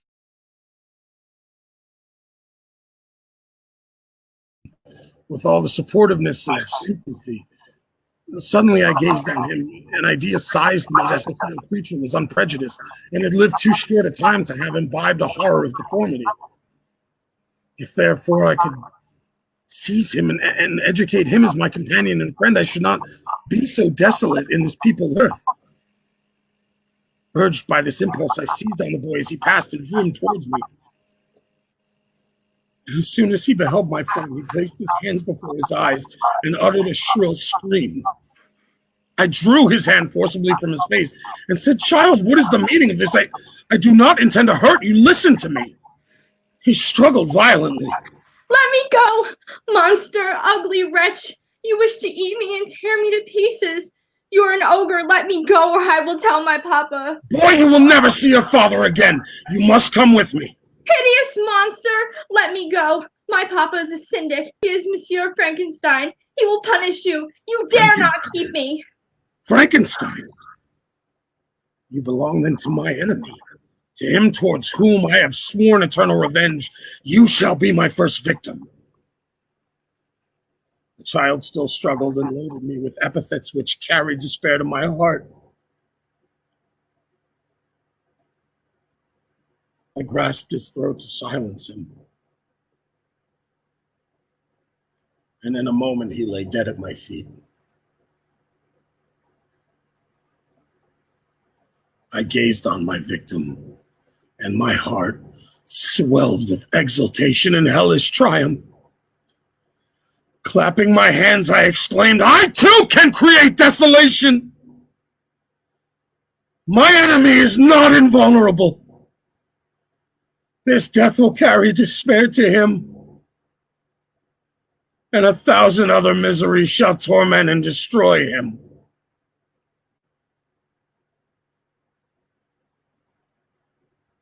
As I fixed my eyes upon the child, I saw something glittering on his breast. I took it. It was a portrait of a most lovely woman. In spite of my malignity, it softened and attracted me. For a few moments, I gazed with delight on her dark eyes, fringed by deep lashes, and her lovely lips. But presently, my rage returned. I remembered that I was forever deprived of the delights that such beautiful creatures could bestow, and that she whose resemblance I contemplated would, in regarding me, have changed that air of divine benignity to one expressive of disgust and affright. While I was overcome by these feelings, I left the spot where I had committed the murder, and seeking a more secluded hiding place, I entered a barn which had appeared to me to be empty. A woman was sleeping on some straw. She was young and blooming in the loveliness of youth and health. Here, I thought, is one of those whose joy-imparting smiles are bestowed on all but me. Not I, but she shall suffer. The murder I have committed because I am forever robbed of all that she could give me. She shall atone. The crime had its source in her, be hers, the punishment. Thanks to the lessons of Felix and the sanguinary laws of man, I had learned now to work mischief. I bent over her and placed the portrait securely in one of the folds of her dress. I fled. For some days I haunted the spot where these scenes had taken place, sometimes wishing to see you. Sometimes resolved to quit the world and its miseries forever. At length I wandered towards these mountains and have ranged through their immense recesses, consumed by a burning passion which you alone can gratify. We may not part until you have promised to comply with my requisition. I am alone and miserable. Man will not associate with me. But one as deformed and horrible as myself would not deny herself to me. My companion must be of the same species and have the same defects. This being you must create. You must create a female for me with whom I can live in the interchange of those sympathies necessary for my being. This alone you can do. And I demand it of you as a right which you must not refuse to concede. I do refuse it, and no torture shall ever extort me a consent from me. You may render me the most miserable of men, but you shall never make me base in my own eyes. Shall I create another like yourself, whose joint wickedness might desolate the world? Begone! I have answered you. You may torture me, but I will never consent. You are in the wrong. And instead of threatening, I am content to reason with you. I am malicious because I'm miserable.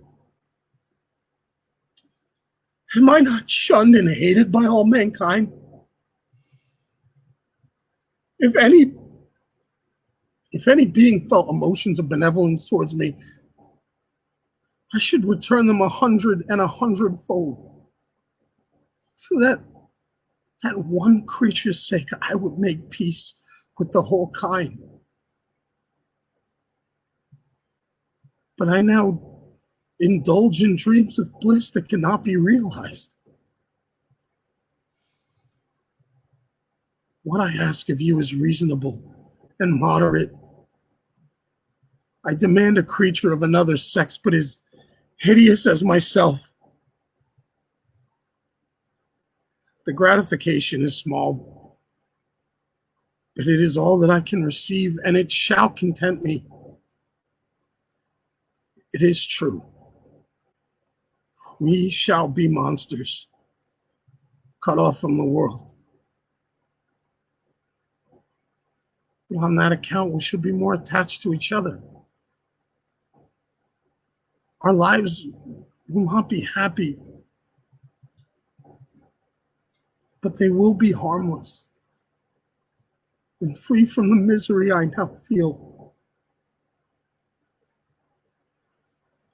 My Creator, make me happy. Let me feel some gratitude towards you for one benefit. Let me see that I excite the sympathy of some existing thing. Do not deny me my request. If you consent, neither you nor any other human being shall ever see us again. I will go to the vast wilds of South America. My food is not that of man. I do not destroy the lamb and the kid to glut my appetite. Acorns and berries afford me sufficient nourishment. My companion will be of the same nature as myself, and we will be content with the same fare. We shall make our bed of dried leaves. The sun will shine on us as man, and will ripen our food. The picture I present to you is peaceful and human, and you must feel that you could deny it only in the wantonness of power and cruelty.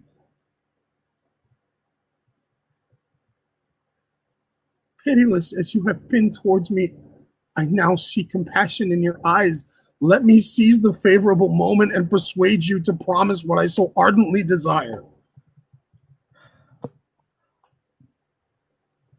You propose to fly from the habitation of man, to dwell in those wilds where the beasts of the field will be your only companions. How can you, who long for love and sympathy of man, persevere in this exile?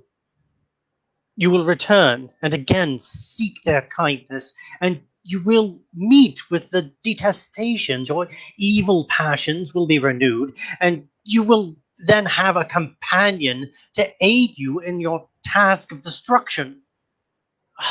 This may not be. Cease to argue your point, for I cannot consent. I swear to you, by the earth which I inhabit, and by you that made me, that with the companion you bestow, I will quit the neighborhood of man and dwell as it may chance in the most savage of places.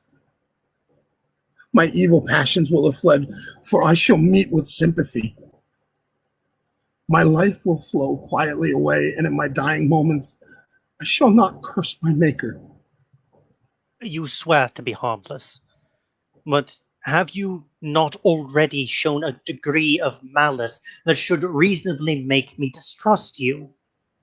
May not even this be a feint that will increase your triumph by affording a wider scope for your revenge? I must not be trifled with, and I demand an answer. If I have no ties and no affections, hatred and vice must be my portion. The love of another will destroy the cause of my crimes, and I shall become a thing of whose existence everyone will be ignorant. I paused in some time to reflect on all that he had related, and in the various arguments which he had employed. I thought of the promise of virtues which he had displayed on the opening of his existence, and the subsequent blight of all kindly feelings by the loathing and scorn which his protectors had manifested towards him. His powers and threats were not omitted in my calculations. A creature who could exist in the ice caves of the glaciers and hide himself from pursuit among the ridges of inaccessible precipices was a being possessing faculties it would be vain to cope with. After a long pause of reflection, I concluded that the just due, both to him and my fellow creatures, demanded of me that I should comply with his request.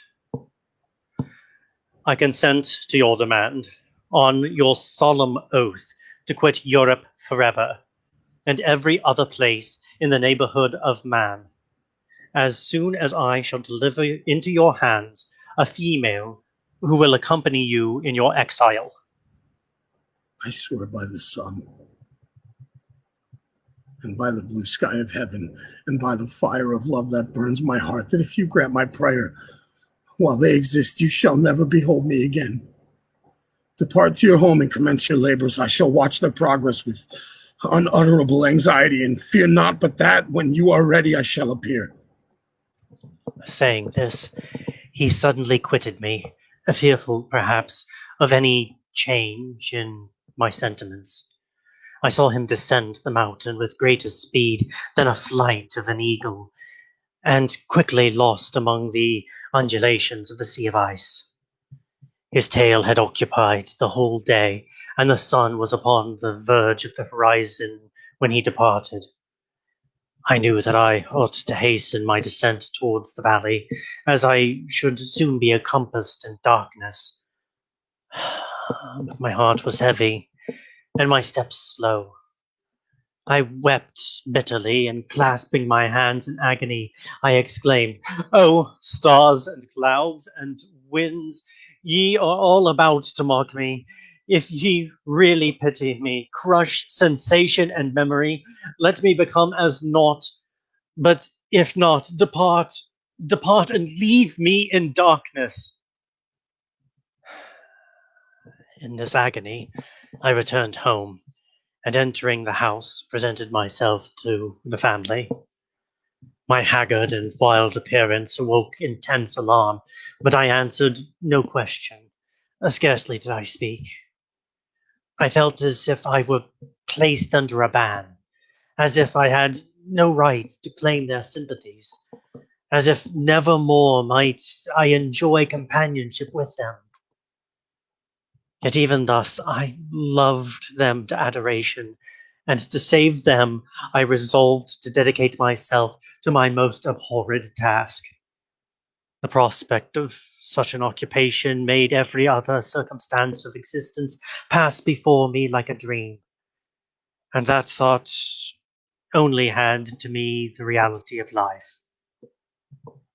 Day after day, week after week, passed away on my return to Geneva, and I could not collect the courage to recommence my work. I feared the vengeance of the disappointed fiend, yet I was unable to overcome my repugnance to the task which was enjoined me. I found that I could not compose a female without again devoting several months to profound study and laborious disposition. I had heard of some discoveries having been made by an English philosopher, the knowledge of which was material to my success, and I sometimes thought of obtaining my father's consent to visit England for this purpose. But I clung to every pretense of delay, and shrank from taking the first step in an undertaking whose immediate necessity began to appear less absolute to me. A change, indeed, had taken place in me. My health, which had hitherto declined, was now much restored, and my spirits, when unchecked by the memory of my unhappy promise, rose proportionally. My father saw this change with pleasure, and he turned his thoughts towards the best method of eradicating the remains of my melancholy. I am happy to remark, my dear son, that you have resumed your former pleasures and seem to be returning to yourself. And yet you still are unhappy and still avoid our society. For some, I was lost in conjecture as to the cause of this, but yesterday an idea struck me, and I hope it was well-founded. I confess, my son, that I have always looked forward to your marriage with our dear Elizabeth as the tie of our domestic comfort and the stay of my declining years. You were attached to each other from your earliest infancy. You studied together and appeared in positions and tastes entirely suited to one another, but so blind is the experience of man that what I conceived to be the best assistance to my plan may have entirely destroyed it. You perhaps regard her as your sister, without any wish that she might become your wife. My dearest father, assure yourself, I love my cousin tenderly and sincerely. I never saw any woman who excited as Elizabeth does. My warmest admiration and affection, my future hopes and prospects are entirely bound up in this expectation of our union. The expression of your sentiments on this subject, my dear Victor, gives me more pleasure than I have for some time experienced. If you feel thus, we shall assuredly be happy, however present events may cast a gloom over us.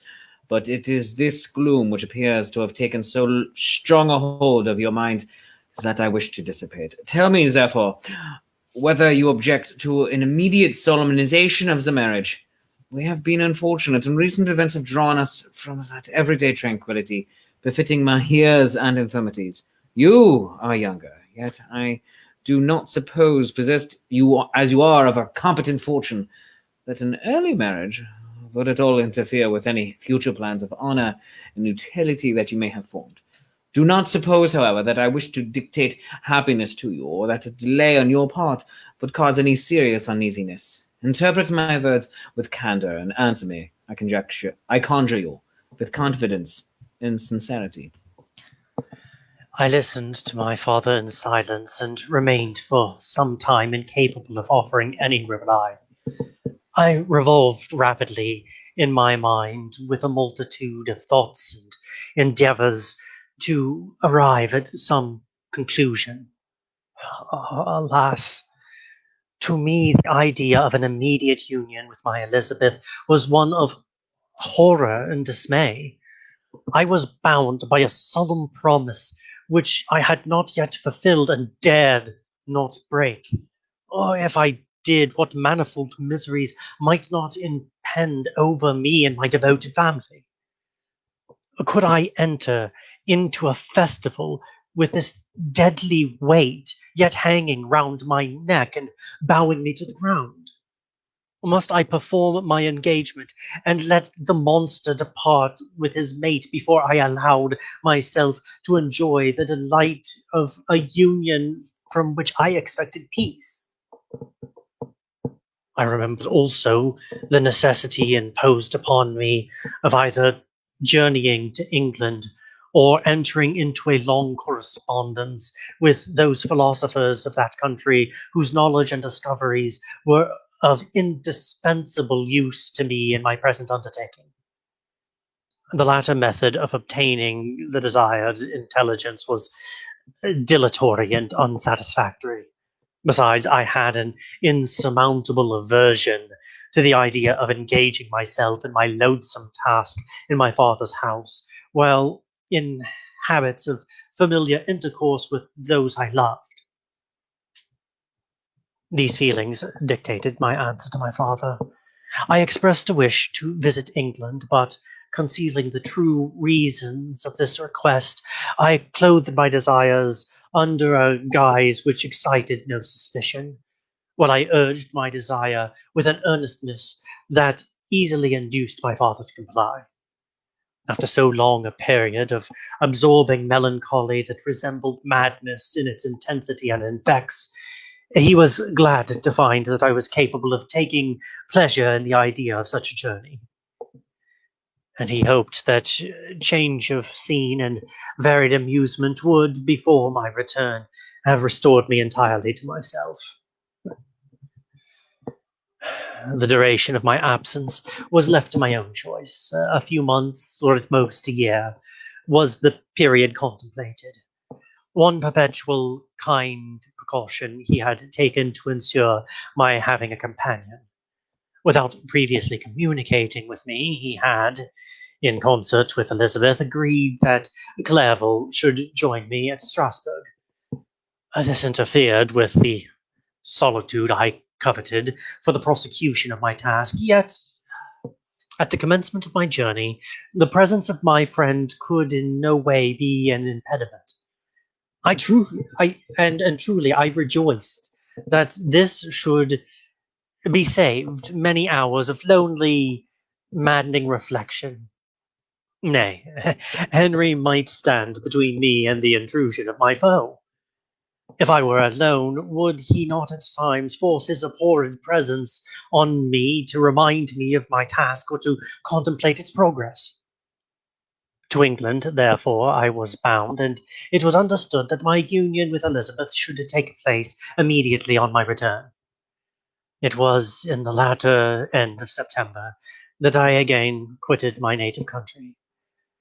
My journey had been my own suggestion, and Elizabeth therefore acquiesced, but she was filled with disquiet at the idea of my suffering.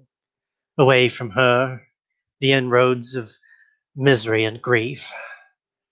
She longed to bid me hasten my return. She bade me a tearful, silent farewell. I threw myself into the carriage that was to convey me away. After some days spent in listless indolence, during which I traversed many leagues, I arrived at Strasbourg, where I waited 2 days for Clerval. He came.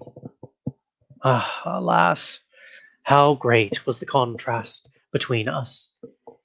He was alive to every new scene, joyful when he saw the beauties of the setting sun, and more happy when he beheld it rise to recommence a new day. He pointed out to me the shifting colors of the landscape and the appearance of the sky. This is what it is to live. Now I enjoy existence. But you, My dear Frankenstein, wherefore are you desponding and sorrowful? In truth, I was occupied by gloomy thoughts, and neither saw the descent of the evening star, nor the golden sunrise reflected in the Rhine. And you, my friend, would be far more amused with the Journal of Clairville, who observed the scenery with an eye of feeling delight than in listening to my recollections. I, a miserable wretch, haunted by a curse that shut up every avenue to enjoyment. I have seen the most beautiful scenes of my own country. And this country, Victor, pleases me more than all those wonders. The mountains of Switzerland are more majestic and strange, but there is a charm in the banks of this divine river that I never before saw equaled. Look at the castle which overhangs yon precipice, and that also on the island, almost concealed almost the foliage of those lovely trees. And now that group of laborers coming from among their veins, and that village hath hid in the recess of the mountains. Oh, surely the spirit that inhabits and guards these places has a soul more in harmony with the men than those who pile the glacier to or retire to the inaccessible peaks of the mountains of our own country. Clairville, beloved friend, even now it delights me to record your words and to dwell on the praise of which you are so eminently deserving.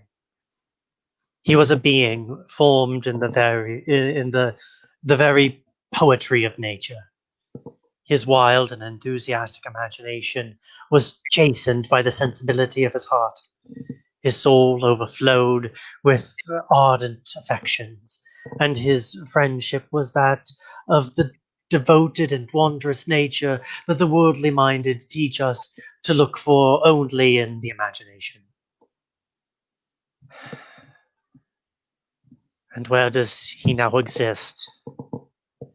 Is this gentle and lovely being lost forever? Has this mind, so replete with ideas, imaginations, fanciful and magnificent, which formed a world whose existence depended on the life of its creator, has this mind perished? Does it now only exist in my memory?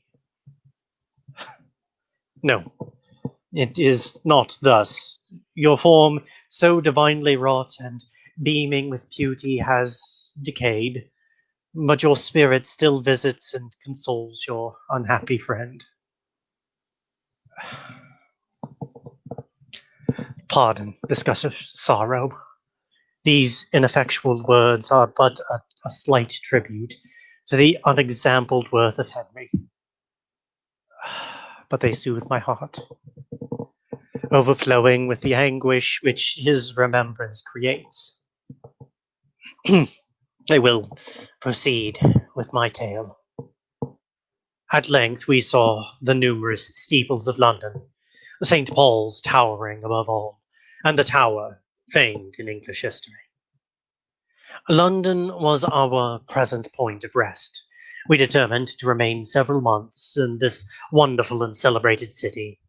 Clairville desired the intercourse of the men of genius and talent who flourished at this time, but this was with me a secondary object. I was principally occupied with the means of obtaining the information necessary for the completion of my promise, and quickly availed myself of the letters of introduction that I had brought with me, addressed to the most distinguished natural philosophers. If this journey had taken place during my days of study and happiness, it would have been afforded me inexpressible pleasure. But a blight had come over my existence, and I only visited these people for the sake of the information they might give me on the subject in which my interest was so terribly profound. A company was irksome to me. When alone, I could fill my mind with the sights of heaven and earth, The voice of Henry soothed me, and I could thus cheat myself into a transitory peace. But busy, uninteresting, joyous faces brought back despair to my heart. I saw an insurmountable barrier placed between me and my fellow man. This barrier was sealed with the blood of William and Justine, and to reflect on the events connected with those names filled my soul with anguish. Our journey carried us northwards. We passed 2 months in Cumberland and Westmoreland. I could now almost fancy myself among the Swiss mountains. Little patches of white snow yet lingered on the northern sides of the mountains, and lakes and the dashing of the rocky streams were all familiar and dear sights to me. Here also we made some acquaintances whom almost contrived to cheat me into happiness. The delights of Clerval was proportionately greater than mine.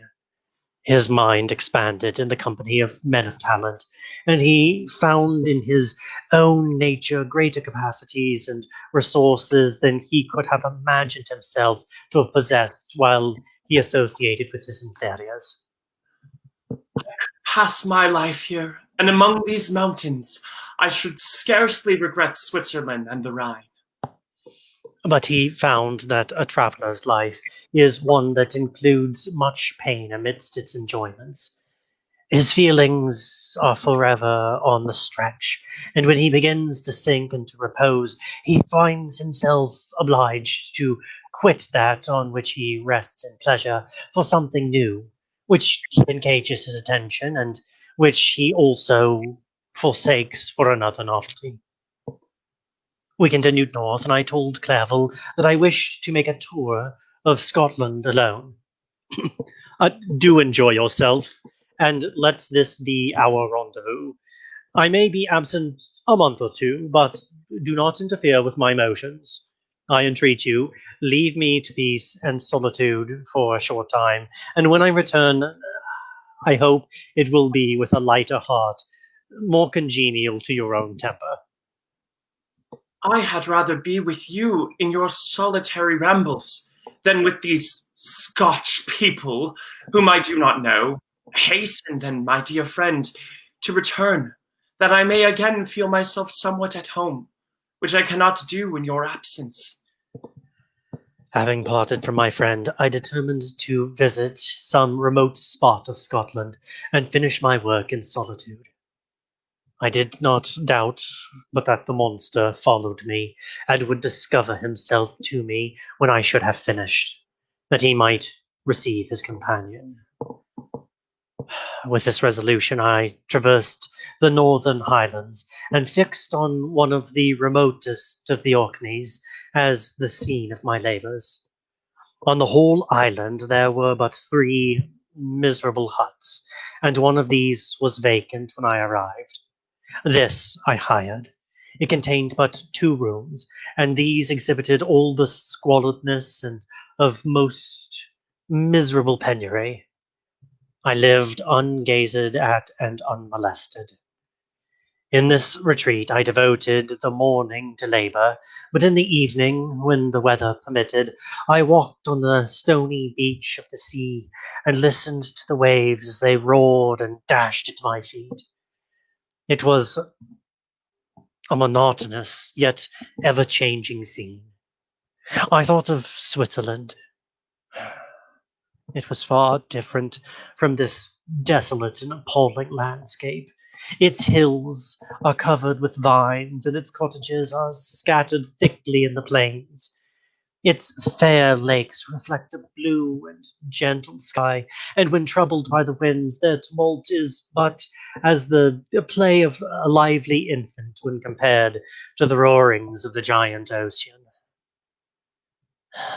In this manner, I distributed my occupations when I first arrived, but as I proceeded in my labor, it became every day more horrible and irksome to me. Sometimes I could not prevail on myself to enter my laboratory for several days, and at other times I toiled day and night in order to complete my work. It was indeed a filthy process in which I was engaged. During my first experiment, a kind of enthusiastic frenzy had blinded me to the horror of my employment. My mind was intently fixed on the consummation of my labor, and my eyes were shut to the horror of my proceedings. But now I went to it in cold blood, and my heart often sickened at the work of my hands. Thus situated, employed in the most detestable occupation, I immersed in a solitude where nothing could for an instant call my attention from the actual scene in which I was engaged. My spirits became unequal. I grew restless and nervous. Every moment I feared to meet my persecutor. Sometimes I sat with my eyes fixed on the ground, fearing to raise them lest they should encounter the object which I so much dreaded to behold. I feared to wander from the sight of my fellow creatures, lest alone he should come to claim his companion. In the meantime, I worked on, and my labor was already considerably advanced.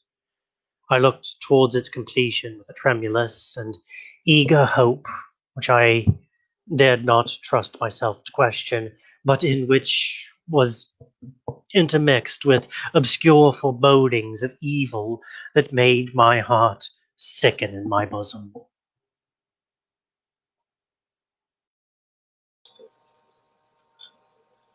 Thank you for joining us for episode 3 of Mary Shelley's Frankenstein. A big thanks again to our friend, your friendly neighborhood Shakespeare. Visit him at his website, shakespeareapproves.com, or on Facebook, Shakespeare Approves, your friendly neighborhood Shakespeare. Do not forget, next Wednesday is The Tempest, a 3-hour tour. That's September 9th at 7:05 p.m. We've got links to all of his content all over our page. We'll throw some more up in the comments here and everywhere. We would once again like to thank all of the actors who have volunteered to read with us this evening. Thank you all so much for joining us and for reading with us. If you enjoyed the reading, all of our past readings are available on our Facebook page and a little better organized on our website, zenithplayers.com. If you want more information on us, including how to be involved in a reading like this one and be one of those actors over there, send us a message on our Facebook page at Zenith Players, or send an email to casting@zenithplayers.com, and I will get back to you as soon as possible. We want to continue to express our support to everyone out there who is working to keep us safe and those continuing to protest and demonstrate. Join us next Monday for the final episode of Frankenstein, and this Saturday as we return to Shakespeare with Richard III. Thank you, and good night.